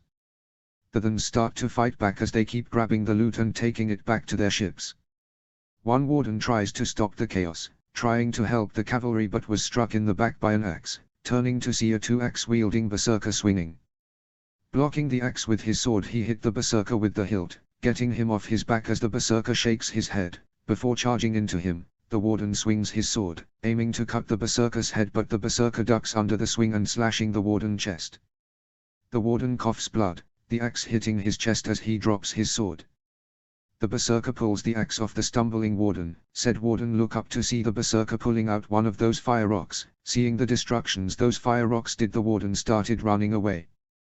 But the berserker doesn't flinch. Biting the rope attached to the fire rock, he throws the axe into the warden back, sending him on his knees. The warden falls, the axe in his back, and hearing the noise he tries in vain to get the axe off him.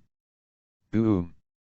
The berserker caught the flying axe blade, roaring in triumph before running to kill another legionary. Explosions blasted them away. The Winter Legion was devastated. Some tried to stand but fell down as a free folk woman with a horn helmet and two-handed Dane axe walked across the field. She looks down to see the burned Winter Legion soldier, see the man gasp in pain as she saw his body all burned up. She drops her axe on his head, decapitating him and ending his suffering. Before looking to see the Lawbringer coming to her.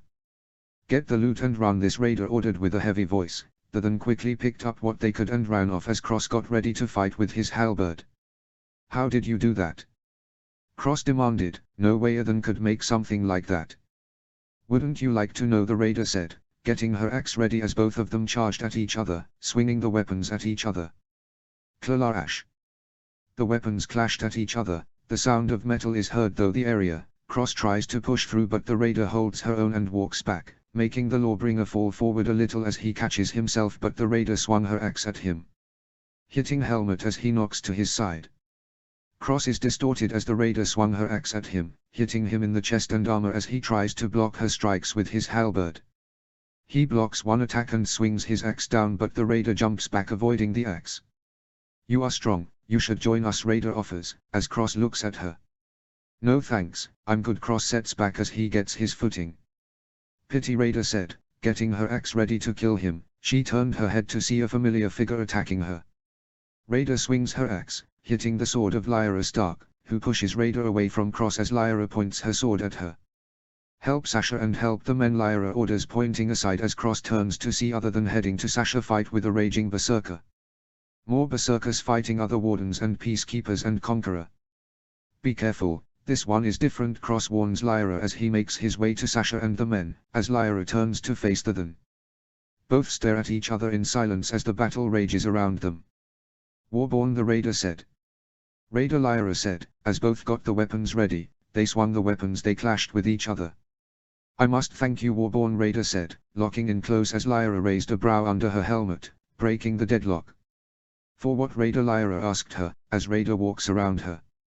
For killing the king of shit from before, Raider said, swinging her axe at her. Lyra blocked it with her sword as they both kept swinging to kill each other. Axe swung and got blocked as Lyra tried to push forward, but Raider pushed the axe forward, knocking Lyra back, getting ready for another fight. You were there at Long Lake, Lyra figures, knowing she is talking about Rollo. I saw you kill the bastard, then stole all the free folk. You would make a strong leader. Raider charged with her shoulder. She grabs Lyra and throws her on the ground. Lyra lands on the ground with a grunt. Looking up, she see the axe down on her body, but she rolls on the side to quickly get up. I'm the commander of the Winter Legion, Lyra said, getting up. The Raider chuckles. Yes, and if anyone steals you, they will be king beyond the wall instantly, the Raider said. It's one of the requirements that makes a free folk king beyond the wall, being strong, uniting more than one clan, and stealing a Stark as your own. And Lyra Stark is a queen any king beyond the wall would kill for. They'll have to kill me first, Lyra said, aware of the free folks and their ways, not to mention everyone desiring her, which she finds annoying. Good, easier for me, Raider said, charging at her with Lyra charging as they both clash in a battle of steel and blood. Sasha I, Battle of Skagos. Sasha gets back and she sees the berserker coming closer, looking to her side to see another than with a sword and shield follow. This one stronger than, said as the berserker laughed. Yeah, I'm going to steal her once I beat her, the berserker laughs, but the other one looks mad. Not if I steal her first, the then said, getting the berserker's attention. And who are you to tell me? Just cause you are a warlord doesn't mean you can tell me what to do, the berserker said, but the warlord doesn't care. I do, and we're going to fuck off now, the warlord said as the berserker snarls. I fucking hate this, we always run like cunts, the berserker said as the warlord shook his head. We got what we need, now we fuck off, the warlord said as the berserker signed. Can I at least steal her? The berserker pointed at the wounded peacekeeper. If you can, the warlord said, as the berserker smiled, getting closer. Sasha sat back, seeing her arm is bruised from the hits and she only has one short blade against two thans. The peacekeeper is not in a good spot. Warlords are now getting more thans to leave the battle, fighting off the Winter Legion. A conqueror tries to fight a warlord, swinging his chain around, but the warlord blocks it with his shield, before stabbing the conqueror in the chest. Feeling the sword in his chest, the conqueror tries to fight, but the warlord pulls it out and throws his shield into the conqueror's stomach, knocking the wind out of him and sending him on his knee while cradling the shield in his stomach. The warlord does around the wounded conqueror and swings the sword, decapitating the conqueror. His head lands on the shield as the warlord pulls his shield out of the dead man's lap. Cross Snow can charge in, swing his halberd around, scaring the berserker and the warlord as he appears to her side. You alright? Cross asked, concern with Sasha nodding. Alive at least, Sasha said, getting her weapons ready as she noticed Cross a little limped. Both the then noticed too. We can kill these two, easy, the berserker said as the warlord laughed. Two wounded legions, yes we can, the warlord said, as they both got closer with Cross and Sasha ready to fight them off despite the injuries they suffered. But another surprise saves them as Apollyon the direwolf jumps on them, biting the berserker's arm. Fucking wolf, the berserker tries to kill the wolf but Sasha won't let him. Seeing him distract, she jumps with her short blade as his throat. Fuck Ken, fuck Kers, the berserker chokes on blood as both Sasha and the direwolf take him down. Apollyon lets go of his arm as turns to Sasha as she gives the direwolf a pat. Thanks Apollyon, Sasha said as they turned to see Lawbringer fighting the warlord. Cross swung his halberd as the warlord used his shield to block the attacks. The warlord, seeing the direwolf and the dead berserker, knows he has to run too. Till next time, Legion cunts, the warlord picks something from his back and throws it down. BLOOWWWW. Smoke and Duck knocked Sasha, Cross and Apollyon back. They look to see the warlord is running. We can get him, Sasha was going to chase him, finish the bastard off, but Cross stopped her. Forgot him, the commander needs us, Cross pointed out to see Lyra fighting the raider. Apollyon, seeing her fighting, started to run to her side. Damn it, Sasha cursed, following the direwolf with Cross. She would kill the warlord one day. The Skagasi clans have finally arrived and helped the Winter Legion save their home. Lyra Stark 14, Battle in the Villages. Lyra sets back with a breath. She was running out of breath fighting the raider, feeling the bruises and cuts all over her armor. She can see the raider wasn't looking too good herself. She had many cuts from Lyra's sword swings. You're very strong, Lyra said, taking a breath. Thank you, Raider said, as she turns to see more of the Skagasi coming to the battle, something Lyra notices too. Now they show up. Lyra growls at the incompetent Skagos clans as she sees Apollyon by her side, growling at the Raider who steps back. She reaches for her back. This isn't over, Warborn, these battles mean nothing, the true war coming, Raider warns as she pulls out something. Apollyon snarls about to jump her with Lyra follow, but the Raider throws it on the ground. Blue. An explosion happens, sending both Lyra and Apollyon away from the blast. Lyra holds her head in pain, the ringing in her ears, as she tries to shake this pain off. Lyra, Commander Sasha calls out. Going to her, Sasha grabs a hold of Lyra before she could fall. Commander, are you okay? Sasha asked, concerned as Lyra shakes her head. I'll live, growling. But what was that? Lyra asked, looking at the burn mark on the ground as she looks to see Apollyon as a few cuts but otherwise okay as she goes to calm the direwolf down. Another Than did the same thing, Cross mentions as Lyra looks at the burned ground and at the retreating Thans. This war is only beginning, Lyra said as they got the Legion ready after fighting off the last of the Thans. Few days later in the Deep Down, Lyra Stark had the 3 leaders of the Skagasi in front of her at the square in front of the seat of Clan Krall, Deep Down, with Lyra looking on in the midst of another Winter Legionary.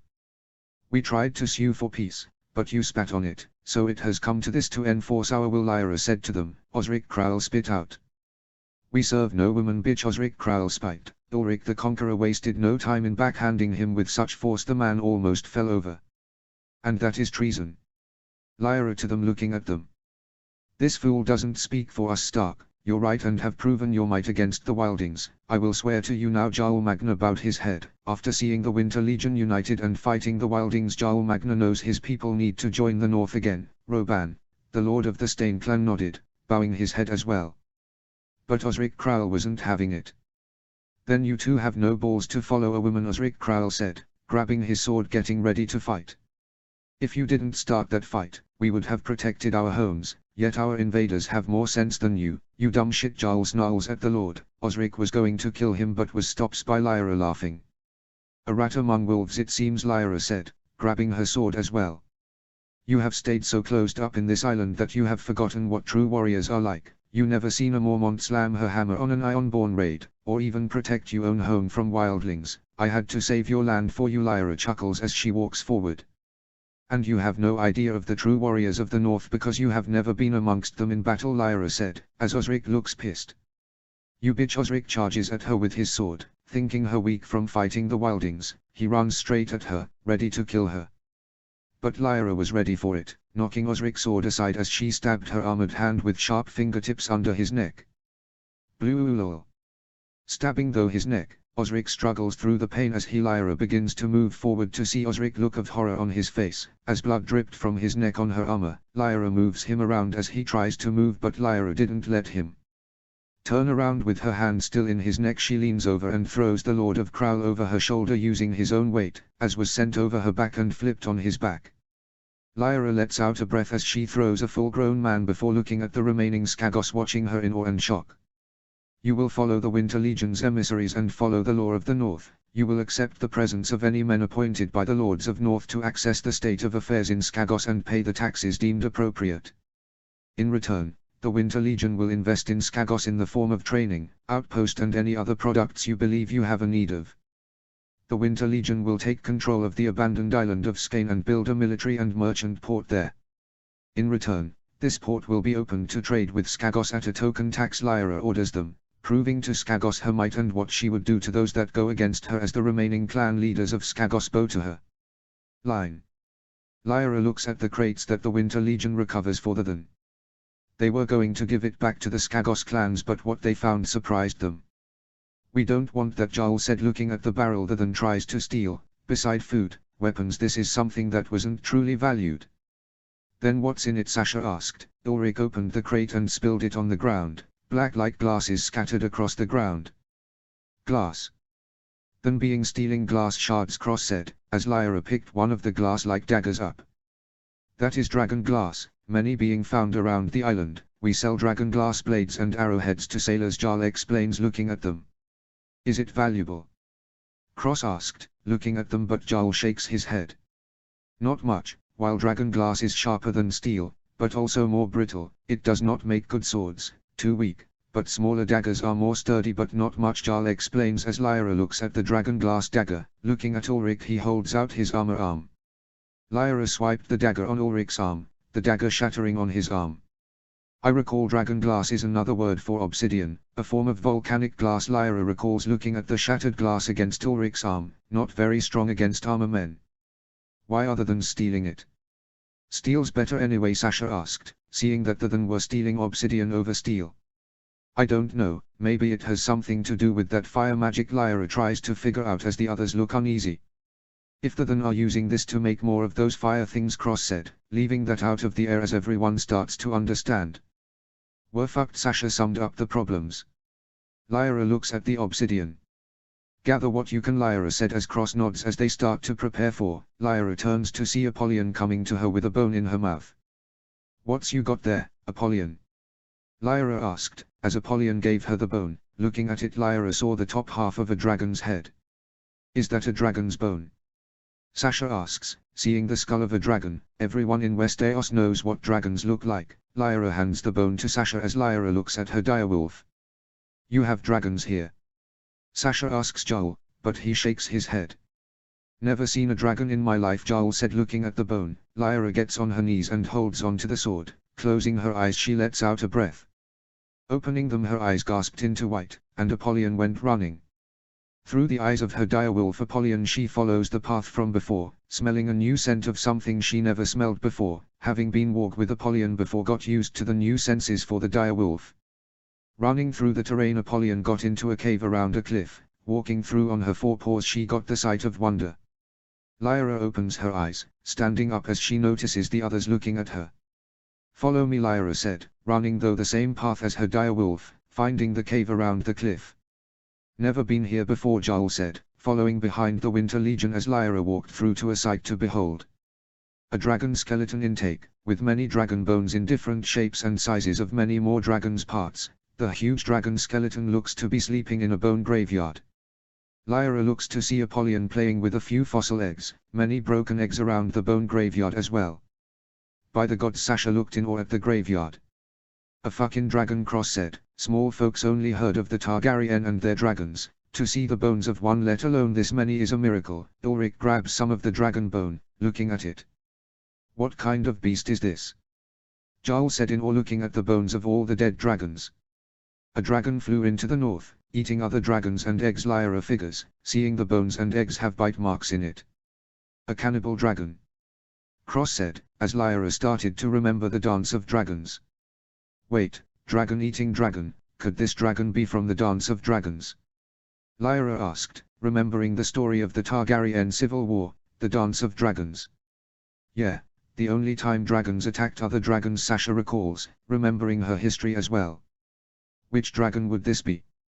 Cross asked. Apollyon looked at one of the eggs, smelling it and biting it. Seeing how big it was, she gave it to Lyra, who picked it up. A purple dragon egg, not broken or eaten.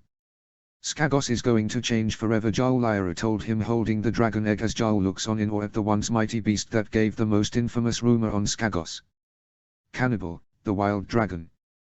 Chapter 11, King's Arrival at Moat Cailin. Tyrion Lannister I, King's Road.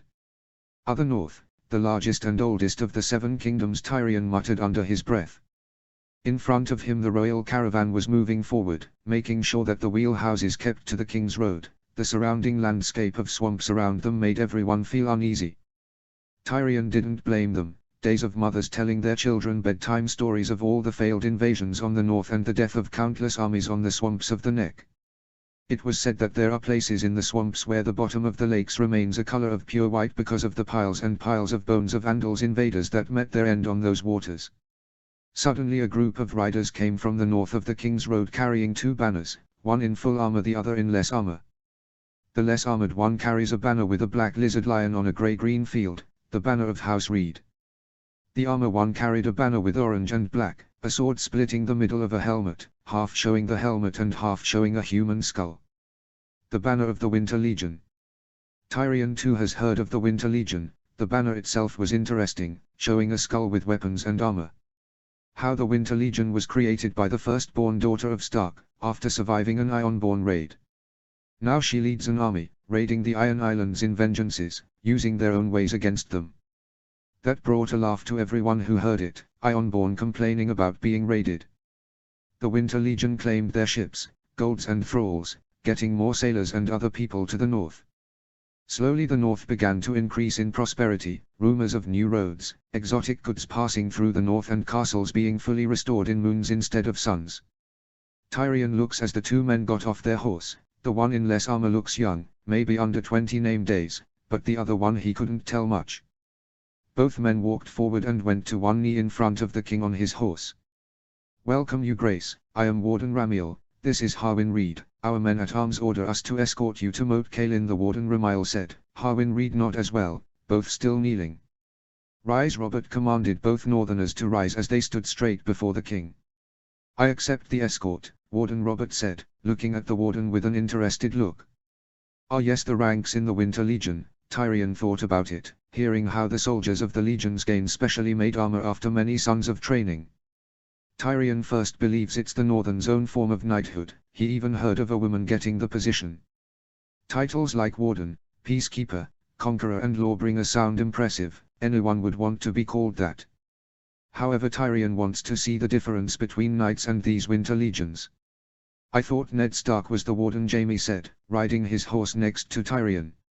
"Another title I'd assume," Tyrion said, looking at Robert getting the Warden and soldier near him. "Yes, the Northern Knights, I wonder how they compare to Southern Knights," Jaime said, looking at the Warden with interest, wanting to see how strong a Warden is. "I'm sure it would be a legendary fight," Tyrion jokes, seeing Jaime giving him a raised eyebrow as Tyrion tries to listen in. "So why do you call yourself a Warden?" "Ned Stark, the Warden of the North," Robert asked Warden Ramiel. Warden was an ancient order of warriors during the times of the Giscleri Empire, using their weapons, sworn to defend their homes, and fight for what is right, Ramiel said, hitting his chest in pride. "An order of knights?" Robert asks, seeing wardens and comparing them to knights, but Ramiel shakes his head. "Not knights, your grace. After training in the Winter Legion and getting special training by other wardens, they prove their worth. Only a warden may grant the sword, training in heavy armor and proven their capability to lead men in battle," Ramiel explains to Robert before looking at Harwin Reed. "Seem like knighthood to me, Reed. Didn't your father fight in the war?" Robert said, looking at Harwin Reed. "Yes, my father, Lord Howland Reed. I joined the Winter Legion to earn my rights to be a man, maybe be a peacekeeper one day," Harwin said, hitting his chest in pride. Robert looked at Ramiel. "Another position that can be earned by another peacekeeper," Ramiel explains to Robert, who nods. "Is Lyra Stark truly the Lord of Moat Cailin?" Robert asked, remembered hearing how Ned's firstborn daughter became a lord. "Truly, your grace, however she can't welcome you to the north. She is currently leading the Winter Legion to battle," Ramiel said to him. "Leading a battle? I can't wait to meet Ned's daughter," Robert said, very excited to meet the one who caused all the changes in the north. Tyrion was interested as well to see the so-called Warwolf of the North. Line. Soon they made camp at the edge of the swamp with still half a day left to reach the moat according to their northern escort. Cersei, Robert and the children were resting in the royal tent, with Ser Barristan, Jaime and the Hound standing guard. His youngest nephew was quick to receive him with questions. "Uncle Tyrion, is it true that the swamps of the Neck were created by the children of the forest?" Tommen asked him. "Not exactly, little Tommen. You see, after the arrival of the first man on Westeros, the children of the forest who had inhabited the land long before them were defeated in many battles. At some point, in order to prevent the advance of the first men to the north, they brought down the hammers of water on this land, attempting to cut the continent in two, creating the endless swamps of the Neck," Tyrion explained while trying to hide his doubts surrounding the legend in order to protect the innocence of his nephew. "If the legends are true, then every northerner owes them a debt of gratitude. The swamps of the Neck are stronger than even the Bloody Gate in the Vale to stop any unwelcome armies into the north," the young Harwin Reed interrupted as he entered the tent with Warden Ramiel, lowering their heads to the king and queen in a sign of respect, and sat down with the group. "Apparently their king has summoned them." "That sounds like a drunken horse tale," Joffrey, his idiotic nephew, declared, receiving an angry look from his father and an even colder gaze from the northerners, yet the young man soon contorted into a sinister grin, making the crown prince clearly uncomfortable. Perhaps you are right, Prince Joffrey. After all, many southerners like to believe that the swamps of the Neck are cursed. It serves as a cheap excuse for all the defeats they suffer in these lands. Is better to claim your defeat was caused by black magic and bad weather rather than admitting their own stupidity, Harwin Reed declared with a smile, bringing some hostile stares from Jaime and Cersei. Forgive young Harwin Reed, his family knows more about these swamps than any northerner here, Ramiel said to them. Of course, nobles should take pride in their history, Tyrion said to them. You seem very good with a blade, Sir Ramiel, Jaime said, seeing the warden with interest. Said warden held his hand out. Just Ramiel, never knighted, Ramiel said to him. Warden are not knighted by the light of the seven. You're not a knight. Tommen said, looking at the armor warden before him. No, your grace, wardens are not knights, Ramiel said. Joffrey scoffs. What could possibly make you think he was a knight? Joffrey asks. Tommen looks down. He was wearing armor, Tommen said. Tyrion smiles at his younger nephew. Anyone can buy armor, Tommen. Would I be a knight if I wear armor? Tyrion jokes to him.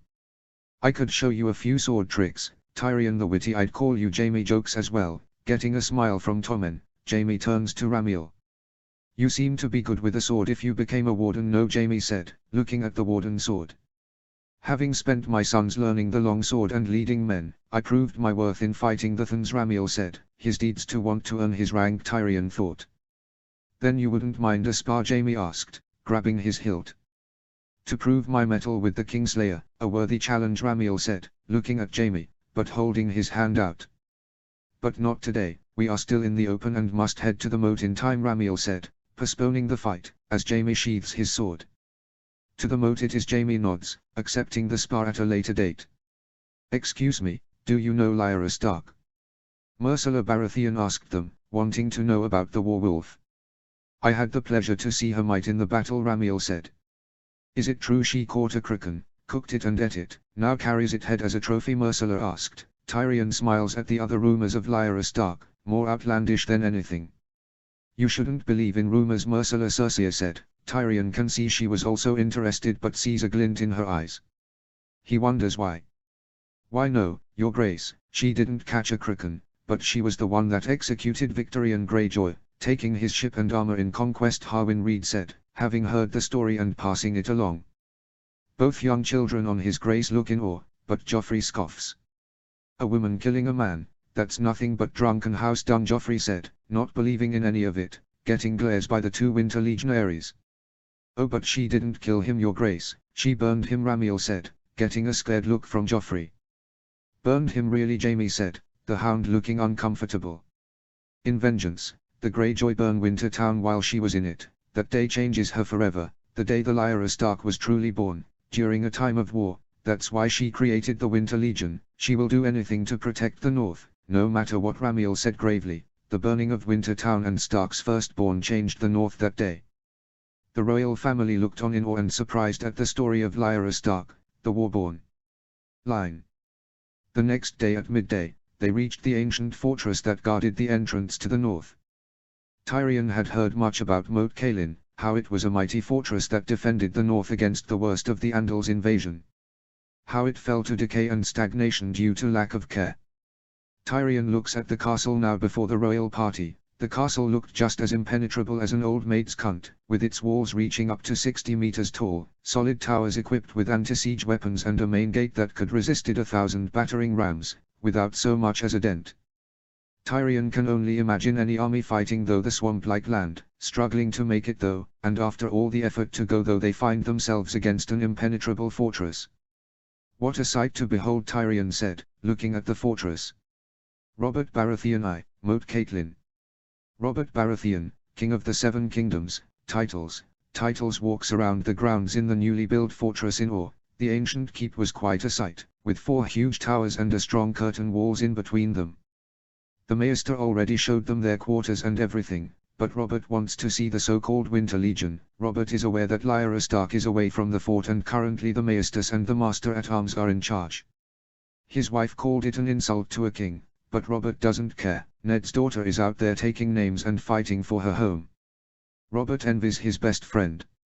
It's an amazing sight, right, Barristan, Robert said, having his main Kingsguard behind him and a few others.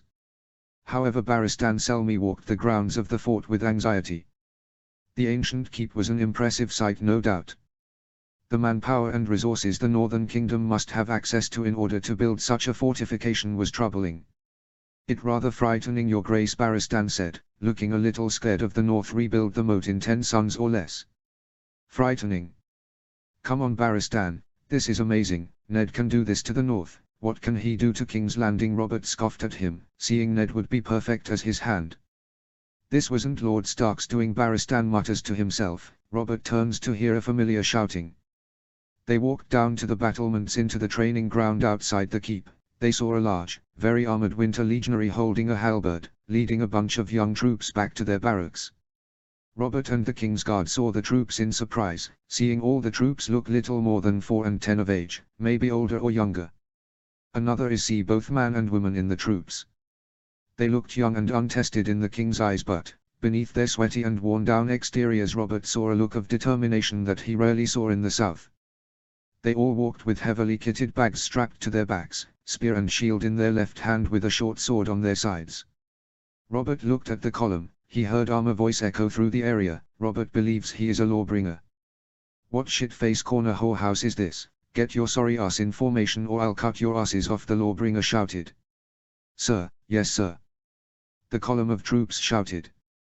Robert, Barristan and his guard watched in amazement as the long line of 2 columns quickly sorted itself out.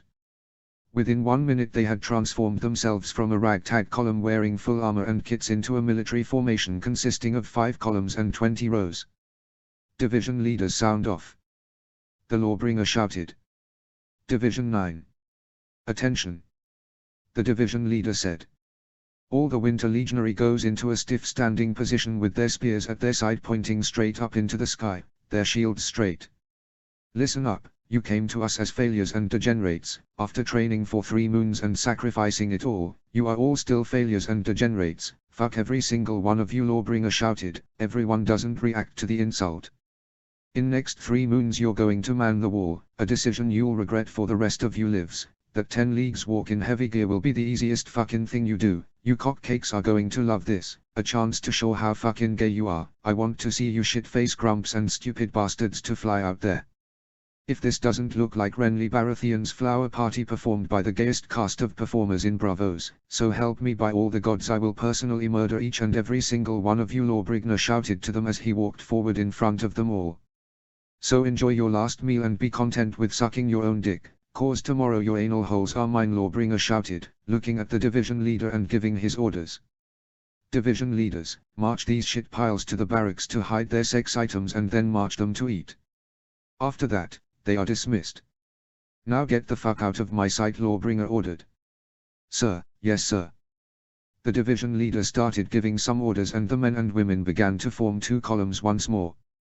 Once they were formed up, they began marching to one of the entrances massive keep. King Robert looks at the column in awe as their degree of discipline. Barristan looked at the armor figure, remembering him from somewhere. The lawbringer turns to see both King Robert and Barristan here, with other people he didn't know, walking up to them. The lawbringer chuckles at himself at seeing a confused Barristan. "Selmy watch the first-year-old troops to dinner." The sight of Southern knights being boggled by the discipline of the Winter Legion never failed to bring a smile to the lawbringer's face. He knew how impressive his troops were, and if someone like Barristan Selmy was this scared, he could only imagine how the rest of those Southern knights might react to seeing Moat Caitlin fully manned. Well, if I know the almighty King Robert would grace us with his presence I would have someone suck his dick," the lawbringer said. Standing in front of the king, Sir Meryn Trant drew his sword. "You dare disrespect the king?" Sir Meryn Trant growls, ready to kill his fool. "I am giving my respect, you cockmonger," the lawbringer said, turning to Barristan Selmy, as the king chuckles to himself. "Sir Barristan the fucking bold, still protecting royalty I see, can't chase skirts no more?" the lawbringer asked. Sir Barristan looks confused at him, making the lawbringer sign. "For the love of all the fucking gods, you need to get out of that dick-measuring castle." The lawbringer took off his helmet, revealing it to be Sarge, the infamous veteran. "Sarge? You're still alive?" Barristan said, looking at the old veteran before him. "Wait, I remember you now. You train the peasants and soldiers how to fight. You lead them with the rebellion and those bloody Greyjoys," Robert said in surprise, now remembering a man always yelling and cursing to everyone to get their shit together, even yelling at a few lords as well. While the lords wanted this man executed, Robert wholeheartedly agreed with him, letting him keep his head if he helped him win each battle. And by old gods and knew he survived till now, Meryn still holding his sword. Meryn, what the fuck are you doing? Put that sword down. Robert orders Meryn as he looks at him. But your grace, Meryn tries to explain. Barristan holds his hand out. This man fought in the Nine Penny Kings, all the way to the Ironborn Rebellion. Without him, King Robert wouldn't have taken the throne, Barristan said with respect, remembering Sarge rallying the peasants and training them to fight. Something no other lord or knight would do. Fuck me, put that fucking sword away. This man mean no disrespect. If I knew I get a woman on my dick, I would have sent 2 ravens, Robert said cheeky, finding Sarge funny and a decent man to drink with. Who said it would be a woman? Sarge smiles, Robert and Barristan laugh. Ha ha ha, cheeky fucker, why haven't I seen you these past suns, Robert said with a smile. Sarge, present the Winter Legion. Heard a woman was starting an army, the cunts needed a man to train these dumbasses, beating them while listening to them cry, Sarge said with a grin. You should have come to King's Landing, could have knighted you or something, Robert offers, but Sarge shakes his head. Fuck that, knight titles are for complete and total fucks up that need a man to say you suck dick better. I don't need no man to tell me I can suck a dick better, I already know I do. Sarge denies the offer, doesn't need a title, said knights glare at him, but Robert and Barristan just smiled. Bloody shame there, Robert said as he looked around with Barristan. Tell me, Sarge, how many troops do you have here at Moat Cailin? Barristan asked, wanting to know. Sarge gave the Lord Commander a feral smile. Around 5,000, give or take a few hundred. Sarge said smugly. 5,000. Barristan Selmy said in alarm. Robert whistled as that. Impressive, Sarge, all because of this warborn, Robert asked, Sarge nodding. Lyra Stark is a tactical leader unlike any other our kingdoms have ever seen. In all my years I have dreamed of a star pupil like her, someone who can lead, obey and destroy. She is truly a leader no man has ever seen. Sarge praised her to the shock of Robert and Barristan, ever hearing Sarge praise anyone. But she is a woman, bad form, Sarge said, making them stop, remembering this was Sarge after all. Anyway, yes, 5,000 men and women. 1,000 are new virgin recruits with less than a son of service. I believe you saw me marching them around earlier. Sarge said. Those were new recruits? Robert asked. Barristan Selmy looks afraid now. Yes, they haven't been fucked hard by the wall yet, got to lube them up first, Sarge said with a smile. How does the North afford to pay for all this? Selmy asked the question. Sarge narrows his eyes at him. I don't fucking know, old gods and knew of all things sacred to men's mortal hearts. Those northern bastards and their high fucking horse shit. I train cockmongers to fuck master. I don't count copper. Do I look like an blonde pussy of a Lannister? Sarge said, getting a laugh of Robert, while Barristan Selmy gave Sarge a doubtful look. Don't insult the Lannister with your impertinence, Sir Boros Blount said, having enough of the insolence. Oh no, well then I'll insult you. Here I am describing the width of your mother's vagina, Sarge said, holding his hands out in front of him.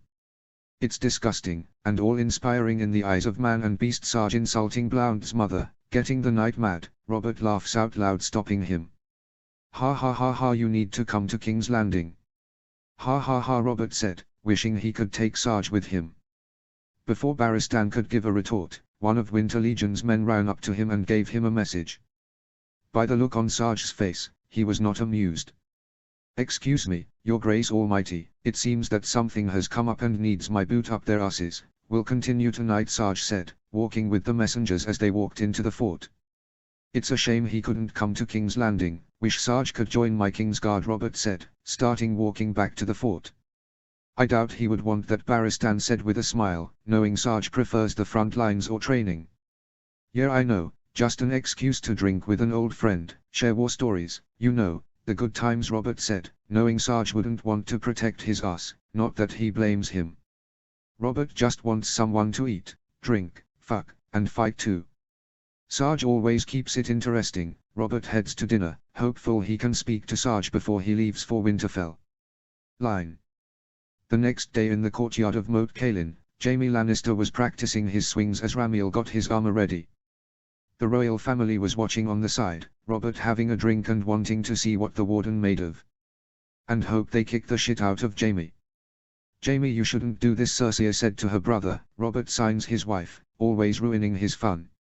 It's only a spa, sister, just like any Tony, Jaime said. Cocky little shit, his armor not so much of a dent. Robert wants the warden to kick his perfect teeth in.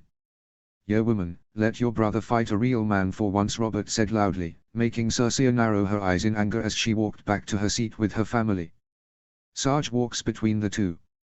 Normally I just have you two beat the shit out of each other until one of you come first, but since I get complaints from Backstabber's sister, his daddy and Warden's cunt of a mother, here's some basic rules, Sarge said, point at Jaime as the Backstabber, making him frown, and Warden Ramiel who doesn't bat an eye. Whoever get knocked the fuck out first or cries like a bitch wins. Stupid jackass, no killing. Don't want the blonde Lannister cunt of a sister on my ass, and Backstabber, no killing. I don't want his annoying whore mother on my ass. Clear, Sarge said to them. Ramiel nods as he puts on his helmet as Jaime looks pissed.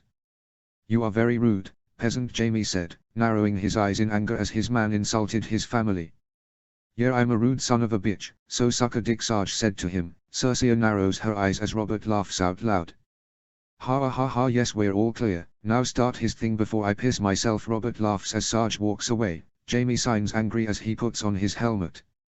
Forgive Sarge, he knows many things, but control of his mouth, that is impossible for him, Ramiel said, holding his sword up. Jaime smiles.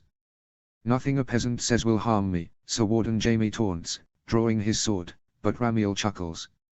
O Kingslayer, you are nothing compared to the affronts Sarge gives daily. Your taunts are weak, Ramiel said. Jaime's taunting is nothing compared to Sarge rants. Jaime frowns at his taunt not working. Then taste my blade. Jaime swings his sword. Ramiel dodges the blade, swings his sword across. Jaime blocks it. Jaime pushes the long blade back as Ramiel steps back. Both fighters circle each other as they change their stances in order to best block or attack the other side. I bet 10 gold on the Warden, Robert shouted. Seeing a bet, Tyrion smiles. I'd take that bet, your grace. My brother hasn't failed me yet, Tyrion said, faith in his brother winning the spa. Oh, I can't wait to see that smug prick knocked down. How about you, Sarge, still gambling? Robert asked the lawbringer. I gamble every day, my big king, even now, and I bet 10 gold Backstabber loses his womanly smug bitch of a smile, Sarge said, holding a bag of gold. Robert laughs at the nickname. Tyrion narrows. That not his title, Tyrion said. I know it is not his knightly title, you pissed off little disfigured Grumpkin, just look at him. The mayor smirk just pissed me off, Sarge rants. Tyrion glares at him. Robert laughs. Ha ha ha ha, Backstabber, I like it, Robert said, as they watched the fight. Ramiel charges forward, swings his sword to the left as Jaime blocks it. Ramiel pushes forward, shoulder bashing the Kingslayer. Jaime gets back but keeps his sword. Knocking Ramiel blade to the side, Jaime swung his sword, hitting Ramiel arm as he got knocked back. Jaime pushed forward, pushing the attack, as Ramiel blocked each strike. He is strong, Barristan said, amazed the Warden can hold his own against Jaime. Nay, he just earned his maiden armor, became a Warden recently, Serge said, which surprised Barristan. Ramiel struggles due to how fast the Kingslayer is compared to the others. Ramiel isn't backing down, seeing the Kingslayer making another strike. Ramiel ducks under the sword, using the hilt to hit Jaime's side, causing him to grunt as Ramiel shoulder bashes him, hitting the Kingslayer as he puts on the defensive. Jaime grunts as he blocks each strike. Ramiel crosses swords with the Kingslayer. Ramiel sees an opening, lets go of one hand and punches Jaime's head. Cersei gasps, seeing her twin take the hit. Jaime shakes his head, the helmet hurting him as he takes it off, his breathing hard as he spits out blood. Jaime growls at the Warden, no more holding back. Jaime charges forward, taking the Warden by surprise as Ramiel desperately tries to block the assault of the Kingslayer. Jaime swings his sword on Ramiel's leg and knocks him down on the ground. Ramiel lands with a grunt, about to get up, but Jaime holds his sword as his throat, stopping him from moving. Jaime taking heavy breaths as he holds his sword. I yield. Ramiel surrenders, knowing he is beaten. Jaime breathes in relief as the Lannisters cheer on Jaime's victory. Haven't fought like that for quite some time, Jaime admits, out of breath fighting the Warden. At least I can say I made Jaime Lannister, the Kingslayer bleed, Ramiel said, Jaime wiping the blood off his face. That's true, Jaime said, holding his hand to lift Ramiel up in good sportsmanship. Damn it, Robert said, giving the gold to Tyrion as he grabbed the bag. Thank you very much, Your Grace, Tyrion said, but saw Sarge holding his hand out. Ramiel did wipe smug prick smile. Sarge smirks. Tyrion looks at him. But Jaime won, Tyrion said. Jaime and Ramiel walking towards them. Backstabber wasn't smiling while winning, was he? Short stack, Sarge said, Robert nodding. That right, the Kingslayer was nearly out of breath and panting. Robert agreed, seeing the bet as Tyrion handed the gold to Sarge. I win and lose. Jaime, can't you keep a smile when you win? Tyrion complains. Jaime gives a bloody smile. Forgive me, Tyrion, a punch to the face does that. Next time I get punched in the face, I'll smile at you, Jaime said, spitting blood as Cersei rushes to him. You're bleeding, Cersei said, holding a cloth to clean the blood with a frown. It's nothing, sister, just bite my lip from the punch, Jaime said. Cersei glares at Ramiel. Sarge smiles. Don't let a little blood affect ya. Real men take hits and give it back twice over, Sarge said. Robert and Jaime nodding, as everyone goes about their business. However, Barristan Selmy looks on in worry. Jaime Lannister was the King's Guard, trained by the best of the King's Guard. From himself to the Sword of the Morning, few could fight Jaime Lannister. But a Warden of the North made the Kingslayer bleed. How strong is an experienced one? Barristan doesn't know as he sees other Winter Legions talking to each other. How powerful the Winter Legion, Barristan Selmy thinks as he follows the king. They spend a few days at Moat Cailin, where Robert spends time talking to Sarge about old times before he had to resume his journey north. The royal party was amazed by how smooth the road was and how fast they were comparing to the King's Road. Chapter 12, Snowpack in Wolfwoods. Jon Snow 3, camping in the middle of Wolfswood. Jon Snow sits down in front of the fire pit, seeing the fire getting smaller, reaching to grab another log to feed the flame, getting comfortable in the fire as he rests in his armor. It's been a few suns since he earned the title of Warden, finally feeling like he earned something, no longer the bastard disgrace of Ned Stark, now a Warden of the Winter Legion. After his 5 sons of his service he re-entered into the Winter Legion. His brother Robb had to return to his duties as the next Lord of Winterfell. For once Robb is jealous of him the bastard of Winterfell, a first for Jon, seeing his true-born brother always better than him at fighting, hunting, riding, even girls, while Robb is Lord of Winterfell, he outside protecting the North. Jon feels like he accomplished something to be proud of, something he earned, just like his older sister said. Don't let blood hold you back. Fantasizing about your sister again, a creepy and annoying voice said, making Jon sign in irritation. Looking to see Ramsay Snow knee Bolton grinning right next to him, one hand the Boltons flaying knives in hand as he flays the skin of a dead deer. No, Jon said, not looking at Ramsay grinning at him. That's too bad, cause I'm thinking of her beautiful face, and strong arms wrapped around me, taking me down, Ramsay said, in a dreamy tone, getting on Jon's nerve. Shut it, Jon growls, hating the words coming out of Ramsay's mouth. Don't worry, you're there too, sitting in the corner watching me, like right now. Ramsay grins at Jon, but Jon grunts, not reacting to Ramsay taunts, knowing he wants a reaction. Ramsay Snow has been with him since they roomed together during their training in Moat Cailin. Flashback: Moat Cailin, training ground. Jon Snow grunts as he falls to the ground after getting into a fight with one of the other recruits. Fuck you, bastard, thinking you get special treatment cause your sister the leader, one cadet said, another cracking his knuckles. Robb helped Jon up, glaring at them. Back off, Robb said, standing with his brother. You'll be sorry, Jon said, spitting blood as he gets up, but stops as Sarge the Lawbringer swings his halberd between them. What are you whores doing, sucking balls? Get in line, Sarge said, having the cadets line up, but a fight started. These hotshits think they are better than us, cause their sister the commander, the other cadet said. Both Stark brothers tried to lead the cadets, which caused the fight as they tried to use their blood to prove they deserve to lead. So you fucknut thought you have the right to do my job, are you two Winter Legion already? Sarge growls at them, scaring them. You cock-faced cunts have no right to discipline them. Get your ass in line or I'll cut your dicks off and mount on my wall. I'll name them Tiny Worm and Little Mice. Get your dumb ass in line, Sarge threats the two. They run about to their position while the Stark boys smile, but lose it when Sarge turns to them.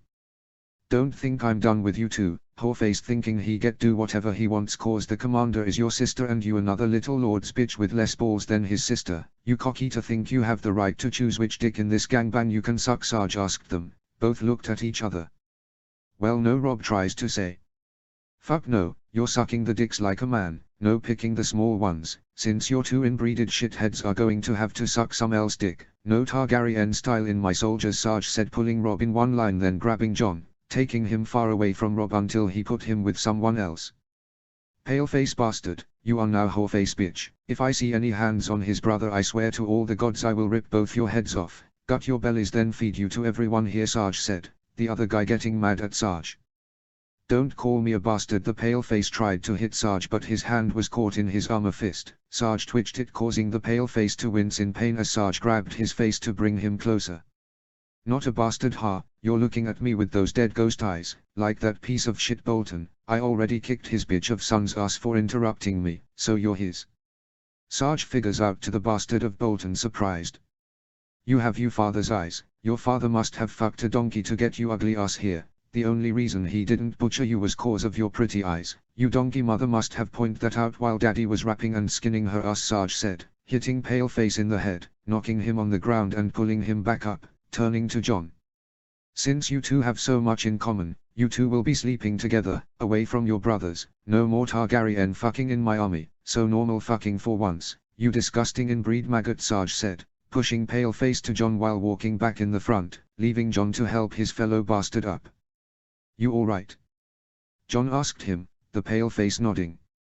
His bark is way worse than his bite, I'll tell you, he said, chuckling as Jon smiled. Jon Snow. Jon introduced himself, the other nodding. Ramsay Snow introduces as they stand together, while Sarge shouts at another cadet. So, you have sex dreams about your brother? Ramsay asked, getting a shocked look from Jon.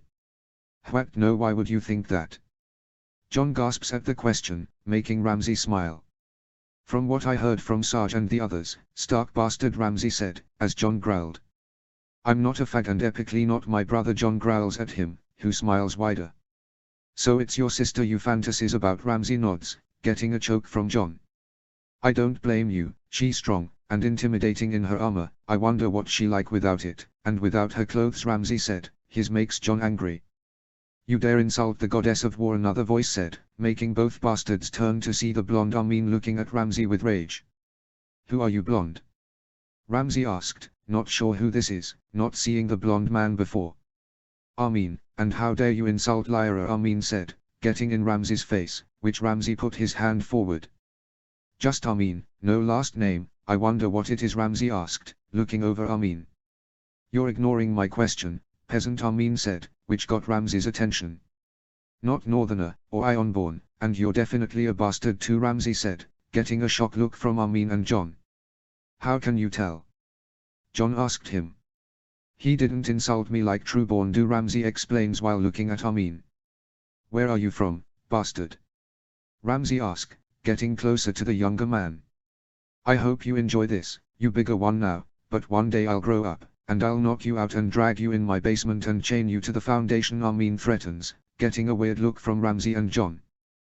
The first thing you see upon awakening is me, standing over you as your new god, then I'll make you worship me in ways no one has before, Armin threatens him. Ramsay looks very confused. Ramsay is the one to freak people now, scaring people from what he learns from his father, but this guy. I'm Jon Snow, Jon said, introducing himself to Armin, holding his hand out. I'm Armin Hill, Armin said, shaking his hand.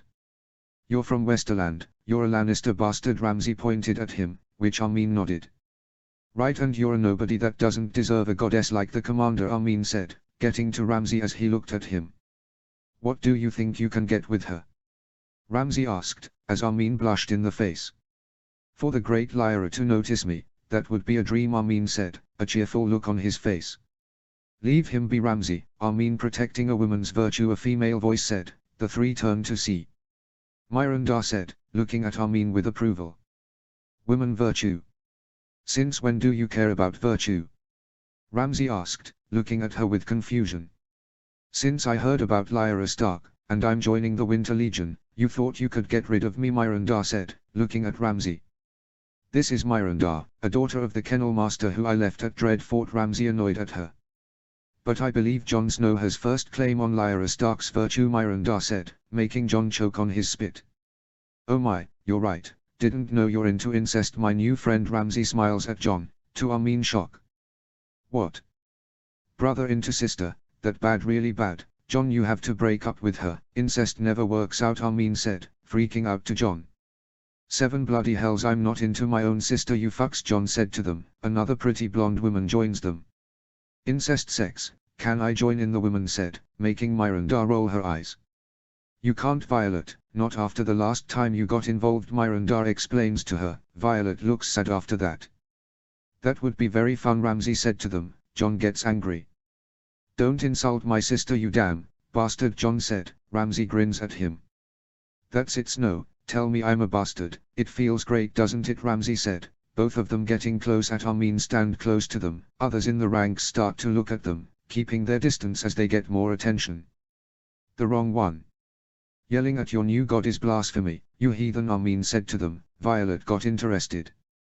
You a god, can I join your faith, Violet asked. Miranda grabs her. Don't join, you stupid bitch, you don't know him, Miranda said, but Violet shakes her off. But I want to know, you never let me try anything new, Violet said, but turned to Armin looking scared. She and Miranda turn at well, looking afraid now, all while John grabs Ramsey by his vest. You think you're better than me, John asked, getting pissed at what Ramsey said. I don't need my siblings to fight my battles, Ramsey smiles, pushing John off him. John was about to fight but stopped, looking behind Ramsey. What's the matter, bastard, can't throw a punch? Ramsey taunts, but notices everyone looking at him.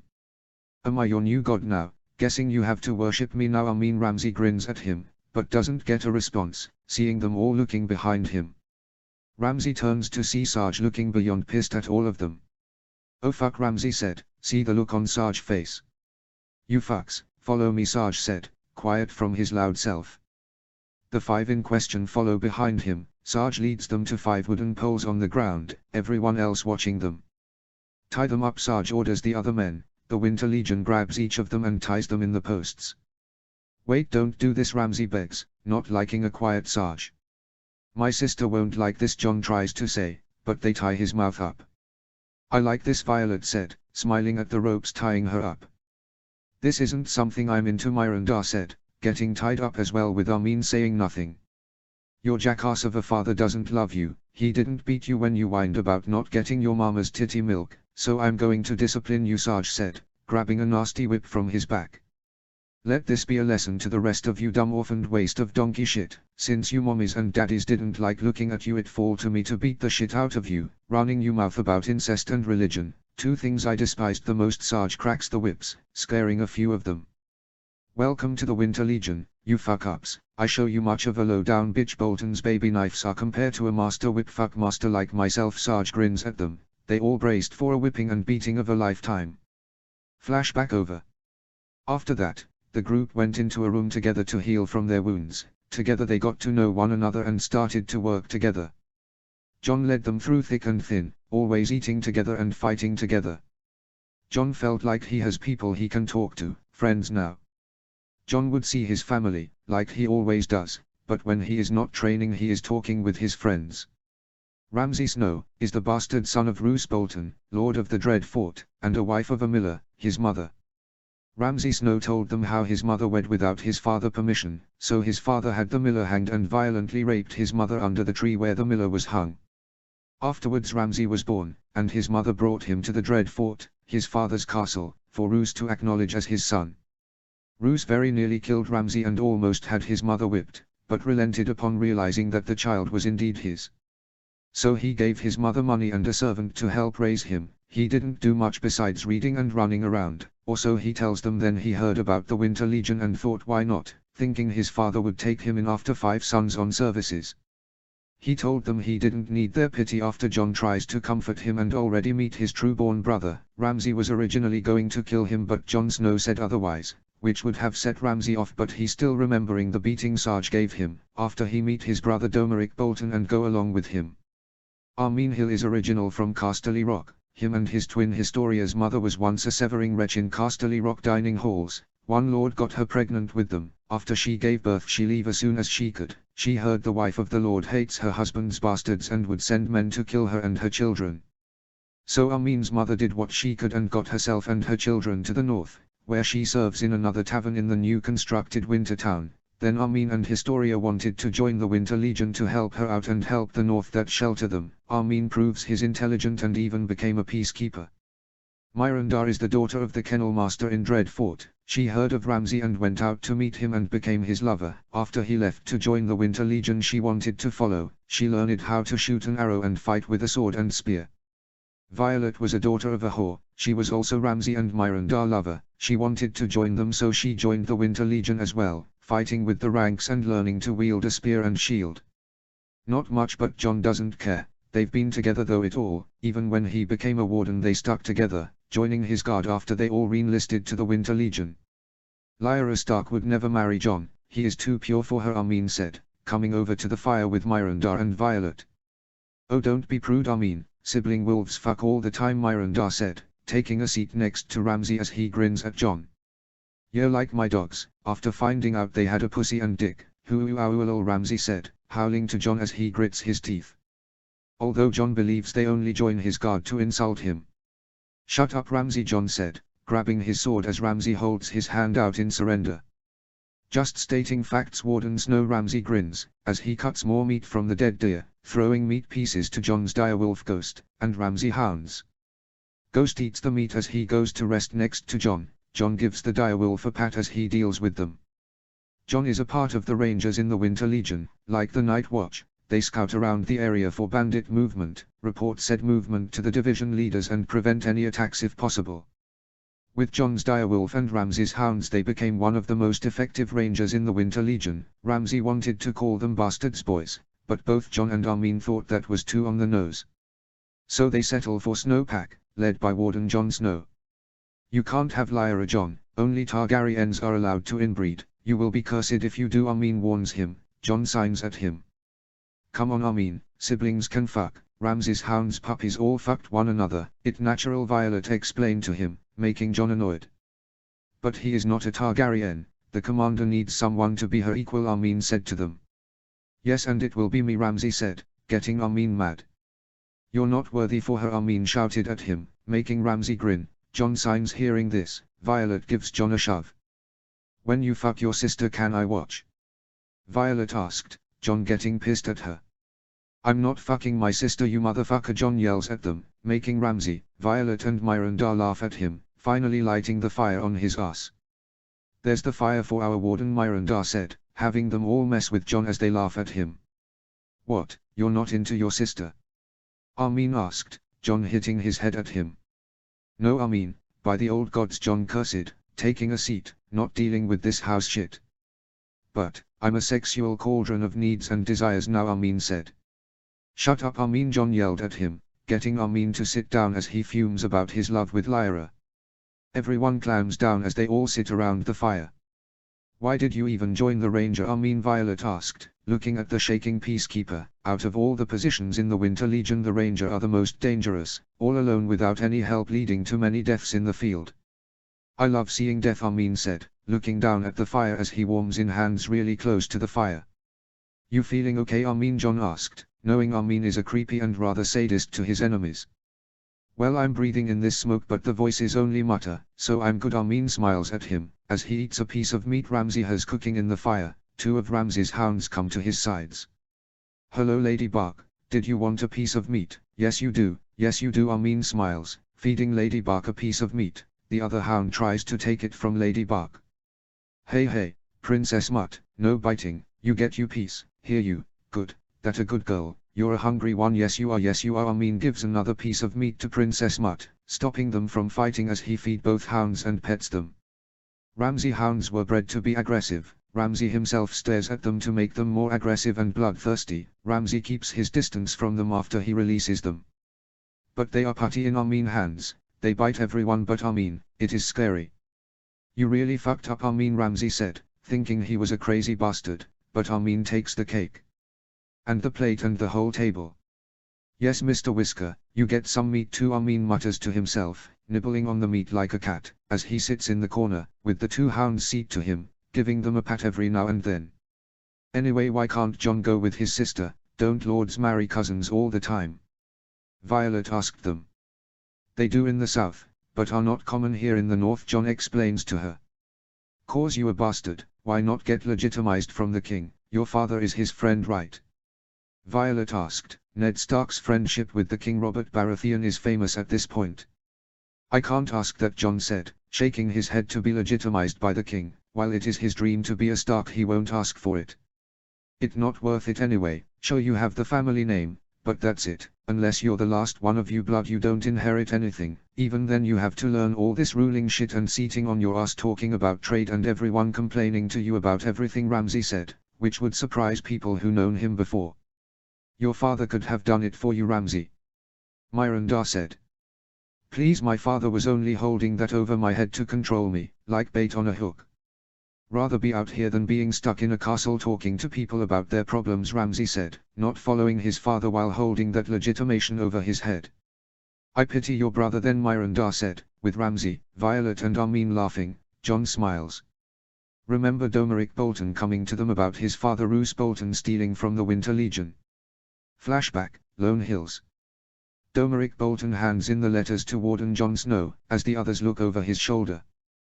This can't be, Jon Snow said, looking at letters from Roose Bolton to the south, containing the diagram of the Winter Legion's Bessemer furnace. What's this thing? Violet asked, not sure what it is.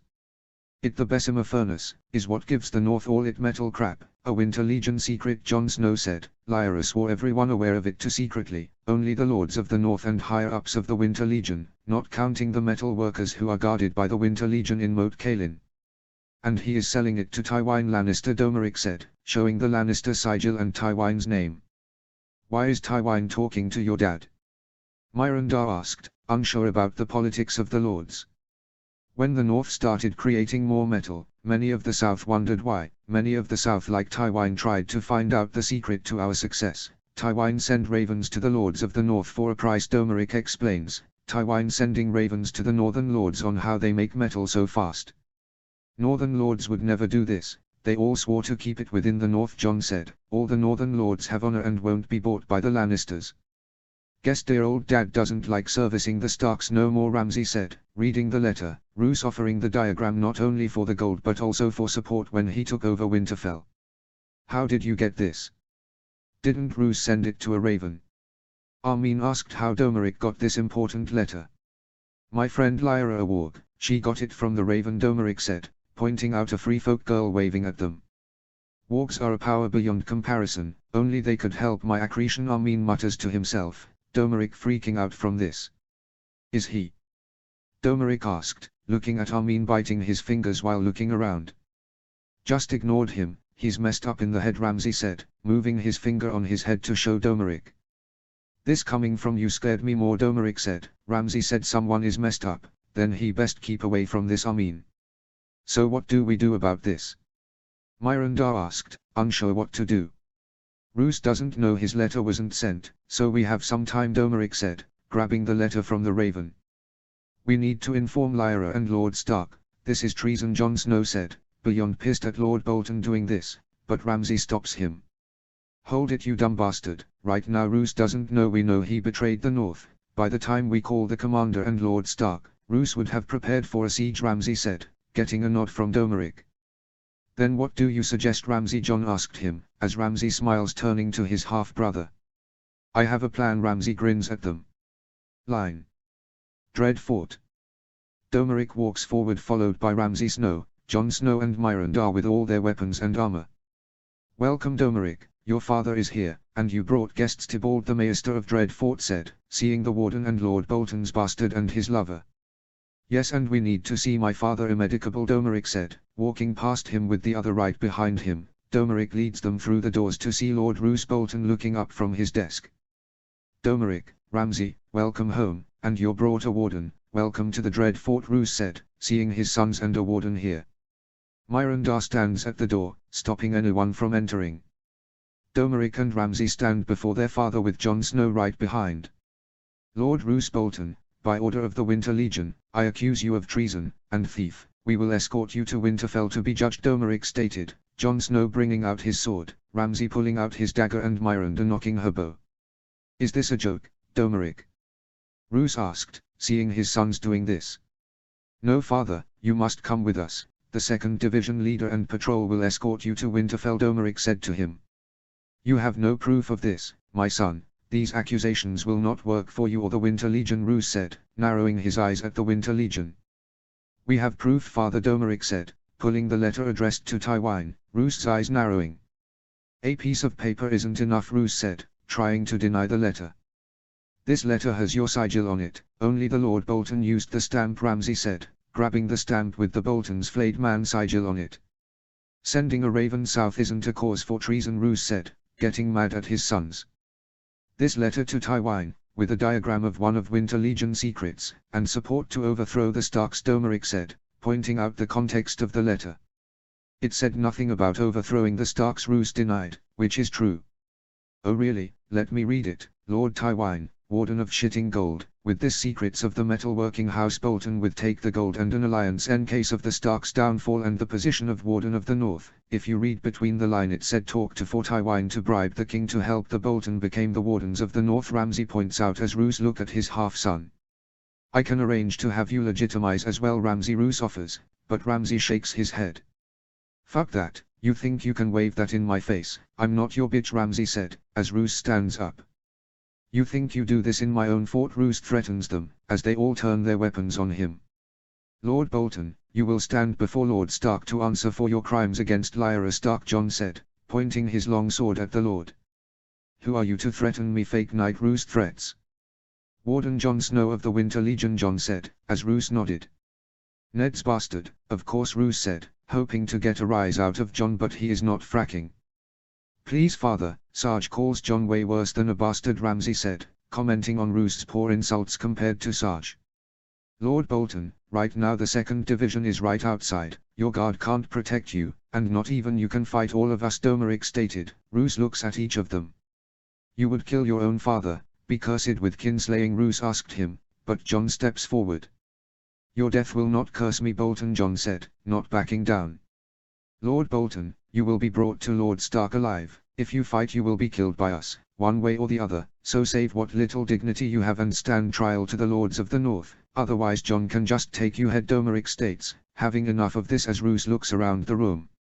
Seeing Warden Jon Snow, his 2 sons hold their knives, the Kettle Master daughter aiming an arrow at him, and a division of the Winter Legion outside his fort. Roose Bolton knows when to give up. If you were not against me, I would be proud of you, both of you, Roose said to his sons, a masterful move on their part, worthy of being called Bolton. Hold still, Ramsay said, holding chains as Jon holds his blade at Roose while Ramsay ties up Roose's arms.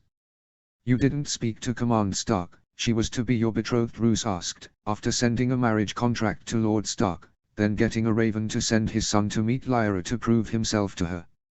I have actually, she was too busy for a mere soldier like me, and she was right. I need to prove I'm worthy of her. I believe I get her attention by bringing a traitor to her father, taking over the Dread Fort and making the land something the North to be proud of. You think the commander would notice me after this, Domeric said, looking at Jon as he signed while Ramsay and Myrandar escort Roose out of his fort. Please don't mention that, Jon said to him. Domeric smiles as he walks out to see all the Bolton guards and Maester looking at Roose in chains. Domeric, what's the meaning of this? Tybalt asked, seeing Roose Bolton in chains. Lord Roose Bolton is under arrest on the charge of treason. He will be presented to the Lords of North for a trial, Domeric said, to the shock of the Bolton house. But what? Tybalt looks at Roose, who shakes his head. Do what he said, Roose orders, looking at his sons with a hint of pride. Maester Tybalt, you are in charge until we get this sorted out, Domeric orders. The group leads the Lord outside, leaving a confused Maester. They lead outside the Dread Fort where Armin is there with Division Leader Matt and the 2nd Division. Lord Bolton, we are here to escort you to Winterfell, Division Leader Matt said, Winter Legion grabbing Roose. As you were, Roose said, following in between the Legion as they all head to Winterfell for Lord Bolton's trial. Line. Winterfell, the Great Hall. Jon Snow and his group stand behind the rows of Winter Legion, as Roose Bolton stands before his father Ned Stark, Lord Great John Umber, and Lord Richard Karstark and other northern nobility. Domeric is presenting the evidence to the northern lords. As you can see, Roose Bolton has stolen Winter Legion secrets and plans to sell them to Westerlands, Domeric said, presenting the lords the letter, stamp and the diagram as proof. Selling our secrets to fucking Lannister of all people, Great John said in rage, looking at a quiet Roose Bolton. Those southern lords have been giving us shit for decades, now we have an upper hand, you give away our secrets. Richard Karstark growls at him, the North always buy food and supplies from the South, but always at their prices. Finally the North didn't have to depend on the South for once. Yet this bastard sells their advantage for a little gold. Peace my lords, thank you Domeric, I'm sure this must be hard for you, but know the North will always remember what you did. Ned Stark said to Domeric, which Jon agrees, going against you father would be hard for anyone. Not at all my lord, my father and I have a relationship of respect then love, but I'm thankful for it. I only do my duty for the North and my commander of the Winter Legion. Domeric states, standing tall for the North, the Lord nodding to him. I will ensure my daughter is aware of what you've done. Ned nods to him, as they all turn to the Lord of Dreadfort. What do you have to say for yourself Lord Bolton? Ned asked him. Roose looked at him with his ghostly eyes. You should have never been the Warden of the North, Roose stated, to the outrage of everyone in the room. Quiet, Ned orders. Everyone quiets down as Ned narrows his eyes at him. You spend your life in the Vale, learning from an Andal. You Ned Stark are the second son who never learned the old ways. Ever seen you married your older brother's bride? You have discarded centuries of tradition, Roose said. Ned stared at him silently. The other Northers listened to the rant. Jon Snow gets pissed at Roose for attempting to discredit his father.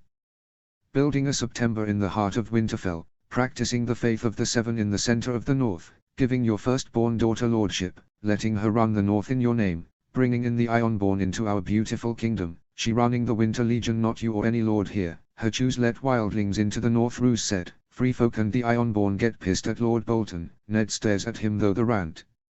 You prove yourself unfitted to rule the North, only because the king in the South is your personal friend do you keep your position. Without his support you are nothing, Ned Stark, Roose stated to him. Everyone glares at the Lord, few take his words in. But Ned Stark was silent, staring at the Lord of Dreadfort. How do you plead? Ned Stark asked, not saying more, as Roose looked at him. I claim trial by combat, Roose states. Ned nods. Very well, we will have it at the courtyard, Ned Stark states. The guard grabs Roose as they make it to the courtyard. Ned, let me put this fool down, Great Jon states, wanting to kill Roose. No, Ned, let me take this man's tongue, Richard said, itching to kill him. Father, let me be your champion, Jon Snow said, wanting to prove his father and make Roose pay. But Ned shakes his head to them. While I appreciate the offer, I must do it myself, Ned said. Everyone around the courtyard looked down on Roose, giving him his sword as Ned steps forward, the servant giving him his sword as well. Jon Snow stands with his friends as they look on. Can Lord Stark beat him? Myrandar asked, looking at both preparing to fight. When was the last time Lord Stark fought? Violet asked, looking at them. Roose has been fighting and torturing villagers for a while now, what's Stark going to do? Ramsay asked, looking at Jon. He'll win, Jon said, confident in his father winning. The father of Lyra Stark will be stronger than before, Armin said, looking on as well. Ned Stark stands ready, as does Roose Bolton. Mayor Stillowin stands between them. This trial by combat will judge Roose Bolton innocent of treason. May the old gods and new have mercy on the victor, Lewin said, standing back as Roose Bolton and Ned Stark step forward. At least you are willing to fight, Stark, not let others fight for you, like a southerner, Roose said, pointing his sword at him. You're right, Bolton, Ned said, which surprised Bolton and everyone around.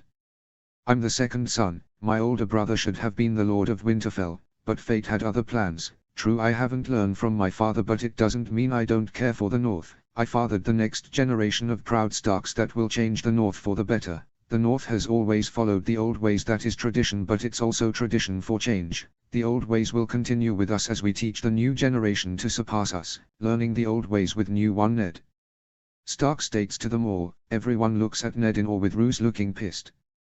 Then Die Stark. Roose charged forward, swinging his sword as Ned blocked it.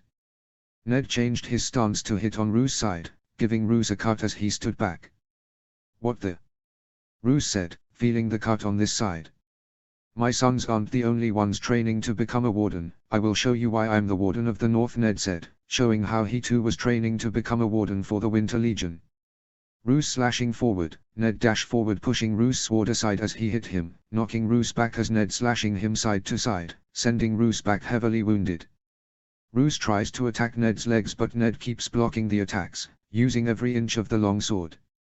Roose tries to fight on, but Ned ends it. Stabbing his sword forward, he hit Roose in his chest, stopping Roose in his feet. Ned pulls the sword, swing it to hit Roose's neck. It didn't cut his head off, but Ned doesn't stop. Spinning around Roose, Ned decapitated Roose's head with a slash. Everyone watches in awe as Roose's dead body hits the floor while Ned wipes his blade. With Roose Bolton's dead, he has been declared guilty, Lewin said, as everyone cheered. Ned nodded. Flashback over. With Roose Bolton's dead, Domeric, now Lord of Dreadfort, Domeric tries to get Ramsay legitimate, but he denies it, saying he is happy with where he is and doesn't want to do all the paperwork involved with being a new lord. Jon Snow showed his worth to his father. His group was praised by his sister and given better equipment and other rewards for their services. Jon Snow earned the name White Wolf, Ranger of the Snowpack. Now they're heading for Winterfell before their route shift in the Wall. Each ranger shifts between locations. Now Snowpack is going to the Wall after visiting Winterfell. Can't believe we're going to the Wall, it gonna suck, Violet complains. Knows she going to the Wall after this. Don't complain, Violet, we all have to do it, Ramsay said, giving everyone the meat as they begin to eat. Buy it cold there, Violet complains as Myrandar hits her. Quit your bitching, Myrandar said, annoyed at her as Violet pouts. You could fuck those night watchmen, Myrandar said, but Violet frowned. Please, they're all so ugly, and so desperate, and fast. One thrust and they come just like that, Violet complains. While she likes getting fucked, she like her lover to be good looking at least and last longer than a minute. Jon blushed at the mention of sex, himself not having sex yet, as Armin looks at her. You will never be pure again, harlot, Armin said, pointing at her, with Violet sticking out her tongue. Please, I can fuck you if you weren't so scared, Violet said, tries to fuck Armin a few times but it never works. I'm saving myself for my war goddess, Armin said. Jon signs at them, getting their attention before they start driving him insane. Finish your meals, I'll take the first watch. The sun rises, we head to Winterfell. I want to see my family before we go to the Wall, Jon said to them, eating the meal as they all nod. You're the leader, Jon, Armin said, lying down with the hounds as he went to sleep. Time with the family, isn't the king coming soon? Ramsay asked, Jon nodding. Guess who will see the king after all, Myrandar said. It is rare to see the king, especially in the north. It will be fun, Violet said, sitting on the tree as she closed her eyes, with Myrandar joining her. Wake me up after you get a little sleepy, Ramsay said, sleeping next to Myrandar with Jon nodding. Jon gives Ghost a pet as he puts more wood in the camp, as he thinks about his family. Line. The next day, Jon Snow and the Snowpack make their way to Winterfell, through the Wolf Woods. Come on, we're almost there, Jon said, heading forward with the others following. Yes, Mr. Whiskers, the king will be there and Lyra Stark too, Armin said to himself, scratching his head while walking behind. Has the commander finished her invasion now? Myrandar asked, with Ramsay nodding. Of course, those cannibals have no armor and no metal weapons. The Warwolf will finish it in a moon, Ramsay explains to them. Winter Legion might finish Skagos in no little time. Can the commander make it in time to see the king? Violet asked, which Jon shrugged. Hard to say, Jon said, hoping to see his sister soon. You think she wants me yet? Ramsay asked, making Jon frown. Don't start, Jon said, as Ramsay grins at him. Armin gets confused, standing forward. What's Stark men doing out here? Armin asked, getting their attention. Jon looks to see Joycastle leading the Stark Guard. Joycastle, what are you doing here? Jon asked, getting Joy's attention. Warden Jon, Bran Stark have been kidnapped, Joycastle said. Everyone jumped in shock. What? Jon shouted. The Thans kidnapped him from Winterfell. Your brother is searching for him, with his wolf, Joy explains as everyone gets ready. Jon turns to them. We're searching for him, Jon commanded. They nod. Let's save you, brother, Ramsay said. Armin whistles as the hounds come barking. Jon does the same for Ghost to come. Find Bran, Ghost, Jon said. Ghost licks his mouth as he starts to sniff around before barking, and taking off, the hounds following right behind him. Come on, guys, Violet said, everyone following the canines to save Bran, Jon ready to rip the Thans' heads off if they hurt his brother. Chapter 13, Spearwife of Winterfell. Bran Stark 2. Bran Stark is marching through the woods, his poly axe in hand as he marches forward. Following is a Winter Legionary with his sword and shield out. Lawbringer Stark, are you sure the bandits are this way? The legionary asked. Bran nodded at him under his helmet. Yes, their footprints lead his way, right Summer? Bran asked his wolf, Summer, now as big as him, wearing metal armor and the Winter Legion symbol on his side. Summer barks, running forward followed by Bran and the other legionary behind him. Bran smiles as he runs forwards, wearing his armor and holding his weapon, ready to defend the north and make them and his family proud. Summer stops with Bran right behind him. Summer lowers as he stares forward. Bran looks through the bushes to see a few Thans seating around a fire. Fucking hate the Thans, a Winter Legionary said behind him. SHHHHH, they don't know we're here, Bran whispers. Seeing none of the Thans notice them, Bran turns to the Winter Legion. Okay, we surround them and we attack on my mark, Bran orders. The Winter Legionary nod. They all begin to run around the Thans camp, slowly surrounding them as they get ready for Bran's words. Bran smiles at this plan, he can feel it. This is the day he beats the Thans and shows everyone why he was worthy to become a lawbringer. He'll get Sarge to salute him for how good he is. Hell, Bran will be so good Sarge will ask to replace him, that way he can stay in the Winter Legion and get praised by his family and older sister.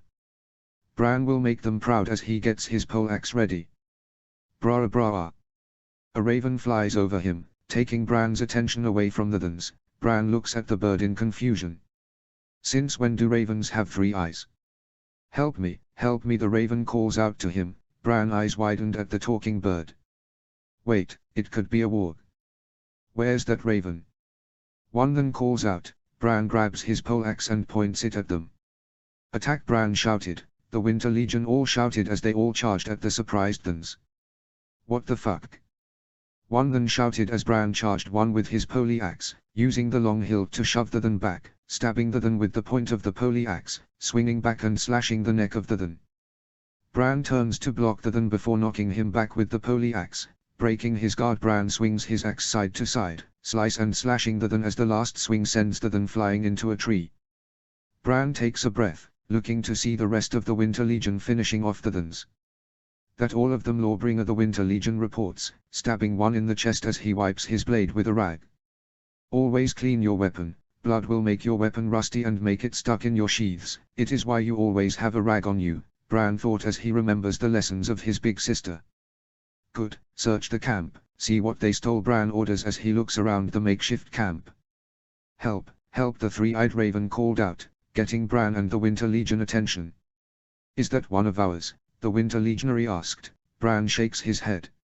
I don't know, Bran said, aware of the wargs in the Winter Legion and the Thans. An issue between the two, you can't tell which animal is which. The Winter Legion's warg animals are now outfitted with symbols of the Winter Legion. Easy to shoot the right warg's animal. Help me, the 3-eyed raven shouted as Bran looked around, noticing he was alone again. Wait, what doing on? Bran said, looking at the 3-eyed raven. But a bulla rope is thrown, capturing the 3-eyed raven. Help, the 3-eyed raven shrieked, trying to fly and move with the rope keeping it tied up. Bran looked on in wonder, unsure what's going on. A woman walks forward, wearing mostly leather armor with some metal plates. On their shoulder plates are fur linings that provide warmth in the harsh weather of the far north. Her helmet has a full face plate and ram's horns. The skulls of rams are attached to their gauntlets. She carries a metal spear and a small round shield. The spearwoman looks at the tied-up raven. Where do you think you are going? You still have more to teach us, Greenseer, the woman said, grabbing the billow of the 3-eyed raven as it tries to fly away. Help, the 3-eyed raven screeches at Bran. What are you flying out here for? No one can find you. The woman looks to see Bran Stark staring at her. Bran doesn't know what's going on. The woman turns to the bird, pointing her spear at it. Why are you flying to this little boy? You think he can help you? The woman laughs, but Bran gets mad. Hey, I'm no boy, I'm a lawbringer of the Winter Legion. You're trespassing in the north, Bran shouted at the woman, but she laughed. A little lord then, and a loyal dog to the north, the woman laughs, making Bran mad. The Thans start calling the Winter Legion loyal dogs to insult them. Lyra didn't let it bother her, and the Winter Legion has been called worse by Sarge, but Bran is young. We're not dogs, you wilderling, Bran shouted, charging forward with his poleaxe, armor swing as he went to take off her head. But the woman swings her shield at him, knocking him back and landing on his back. Bran looks up, now not wearing any armor. As she looks down on him, she turns to the raven. What are you doing calling the Stark boy? The woman asked, The three-eyed raven is silent. The woman turns to Bran. You could have called the Warborn, or even her brothers, but this is a pup. The woman scoffs, making Bran grit his teeth. My name is Bran Stark, and don't insult my family. Bran gets up angry. Summer comes back, snarling at her. The woman looks at the wolf in shock. A direwolf, that's mean. The woman turns to Bran now. She ties up the bird and pulls out her spear. You're coming with me, pup, the woman said, readying her spear and shield. I'm not going with you, Bran said, Summer growling, but it didn't stop the woman. You have no idea what you are, how rare you are. The woman said. She puts her shield hand back to grab a horn and blow on it. Roo-oo-oo-oo-oo-oo. Bran covers his ears at the sound. He looks to see Morthans and other wild animals coming here. A shadow cat comes in, growling at Summer, who snarls back. The Stark Greenseer, the raven, found the next one, the woman shouted. The shadow cat growls, stalking forward, scaring Bran. Stay back, Bran said, Summer growling in warning, but more wild animals come. A wild boar, a goat and other direwolves start to surround the two. Stay back, Bran said, scared now at the other animals circling him. We won't hurt you, pup, far from it. We want to help you, but you have to come with us, the woman with the spear said, offering her hand, but Bran stepped away. No, no, Bran screams, running away from the animals as they begin to chase him and Summer. Bran runs through the forest, hearing the sound of paws and hovels behind him. He tries to run as fast as he can. Brah! Swoop! An eagle appears in his face, scaring him and falling down. Summer runs to him but gets attacked by the other direwolves. Summer, Bran shouted, but gets knocked aside by the wild boar. The boar charged at him. Skak! Line! Bran wakes up in cold sweat, taking a few breaths as he looks around, seeing he's in his room with Summer sleeping on the side of the bed. It was a dream, Bran said, laying back on the bed, remembering he became a lawbringer, fighting bandits and winning glory to the Winter Legion and his house. But that woman and the animals, and the three-eyed raven. Summer gets up, going to Bran as he gets on the bed, leaning in to give Bran a hug. Bran hugs the direwolf. Thanks, Summer, it's just a nightmare, Bran said, petting the direwolf while he came down. Bran stands on the bed, as he went to get dressed for the day with Summer beside him. Line. Robb Stark, I, Winterfell Courtyard. Robb Stark in his warden armor fights his personal guard. The sun is rising and he needs to keep his skills up. He's being watched by the Master of Arms, Sir Rodrik Castle, ensuring no one's get hurt too badly. Sarge would call Sir Rodrik a weak cunt. Robb thought recalling Sarge would have them beaten for any slights. Robb blocks another sword with his arm, grunting from the pain as he punches his guard. Block it with your blade, Robb, you can lose your arm, Sir Rodrik said, pointing out a basic of blocking. Robb growls. Yeah, Robb, don't want to lose your pleasuring hand, his guard jokes, getting a laugh from the other. Robb grits his teeth, going on his knee. He gets into stance, thrusting his sword into the guard's face, knocking him down and sending him to the ground. The guard holds his mouth in pain. At least I have all my teeth, Robb snooks back, getting a laugh from the others. The guard slowly gets up but Robb helps him up. You're lucky they are not sharp, the guard snooks, getting a chucky from Robb. Then I lose my favorite hand and you lose your perfect smile, Robb jokes as the guard laughs. Enough foolishness, shouldn't you have more discipline than this, Rodrik said, thinking Robb would be more disciplined than this.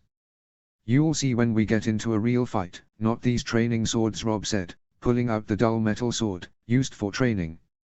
Not as dangerous as shape swords, but they still hurt like hell. Just because you fought outside doesn't mean you can fight with swords every time, Rodrik said. He was the Master of Arms of Winterfell. If anyone loses a limb or finger, then it will be on his head. And off with his head too.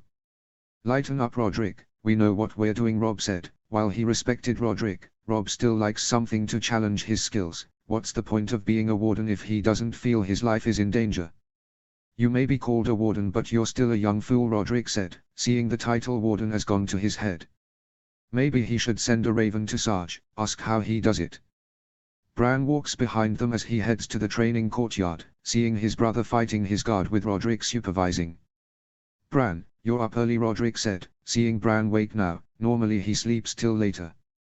Yeah, couldn't sleep, Bran said, rubbing his arms. Robb smiled at his younger brother. Get used to it, Bran. Once you join the Legion, you will be waking up early every day, Robb said, his little brother groaning.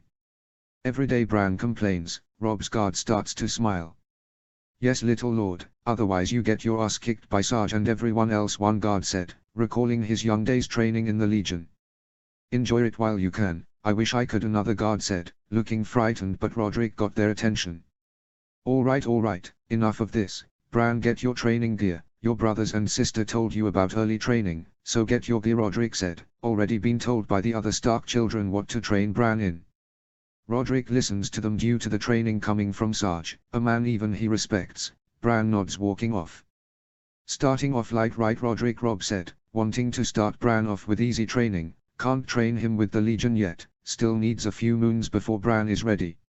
I know, Lyra gave me enough details, Roderick said, annoyed by the commander of the Winter Legion.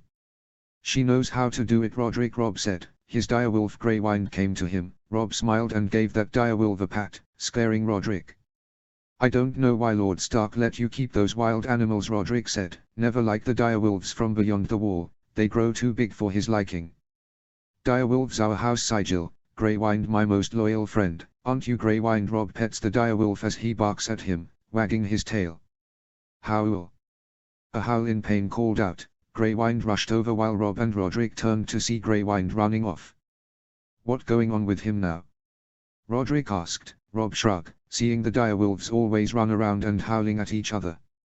Not sure they always run around, playing around with one another, should take them out hunting, Robb said, thinking Greywind and the other direwolves need more hunting outside.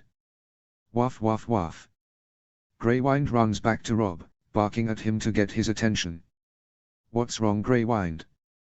Robb asked, never seeing Greywind panic like this. Greywind runs forward and looks back as Robb starts to follow him with Sir Roderick and the other Robb guards. Follow Greywind through the courtyard as they came into the armory, to their shock. The armory looks trashed, their weapons are all gone, a few servants are knocked out or killed and some are on the ground whimpering, with Greywind licking his direwolf brother. What in the seven hells? Roderick asks. Seeing all this destruction, Robb goes to help one of the servants, as does Roderick and the others. What happened? Hey, what happened? Robb asked, going to one man knocked down with a bump on his head. He groans, looking up to see Robb Stark. Hey, tell me, what happened? Robb asked, the man holding his head in pain. I don't know, my lord, was tending to the weapons, then I heard a shout. Then something hit my head, the servant tries to describe, as Robb looks around the place. Where is Bran? Where is Bran?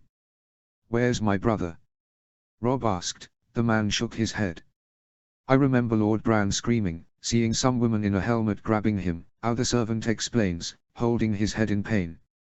Woman in a helmet. Did it have horns on it? A spear and a shield? Robb asks. The servant nods to Robb's shock. A spear wife took Bran. The Thans were here, and they stole Bran, Robb shouted to the shock of everyone. Robb went to grab his sword in his room. Roderick, call the guards, send the hounds, send ravens, my brother being kidnapped by the Thans, Robb orders. Sir Roderick nods as they get everyone ready as fast as he can. Robb grits his teeth as he ran to get Greywind, he going to save his brother and make those Thans pay. Line. Bran Stark 3, earlier in the armory. Bran Stark looks through the weapons and armor in the Stark armory, looking though each of the weapon and armor. His father got more weapons and armor since Bran's big sister became Lord of Moat Cailin. She sends weapons and other armor here as gifts. Bran goes to put on his practice armor, heavy padding for his size, tightening the straps and belts as he goes for his spear. Bran grabs the spear as he practices with it, thrusting it forward a few times to show off. Bran smiles as he pretends to become a lawbringer like in his dreams. Turning to Summer, looking at him. Don't I look like a lawbringer, Summer? Bran asked, the direwolf moving his head to the side, not understanding, turning to growl. What's wrong, Summer? Bran asked, trying to calm Summer down. So it true, your Stark's got direwolves, a voice Bran recalls from his dream. He turns to see the same helmet woman from his dreams. What the? No, that was a dream, you can't be real. Bran points his spear at her, scared to see the woman. Summer growls at her. But the woman shrugs. Your dreams are strong, pup, very strong, you need to be trained, come with me, the woman said, holding her hand out, but Bran backed away. Don't come any closer, Bran said, pointing his spear at her, turning to see more than sneaking around as they knocked out a few servants and stole a few weapons. Shut the fuck up, we need to be quiet. The woman hushed them. One turned to her with a few shields. What's taking so long, Astrid? Knock the Stark out and let's leave already, one then said, scaring Bran and making Summer snarl. We got a direwolf here. Look, you are very special, Stark. You need training, Astrid said, trying to calm down Bran, but he didn't, haven't it?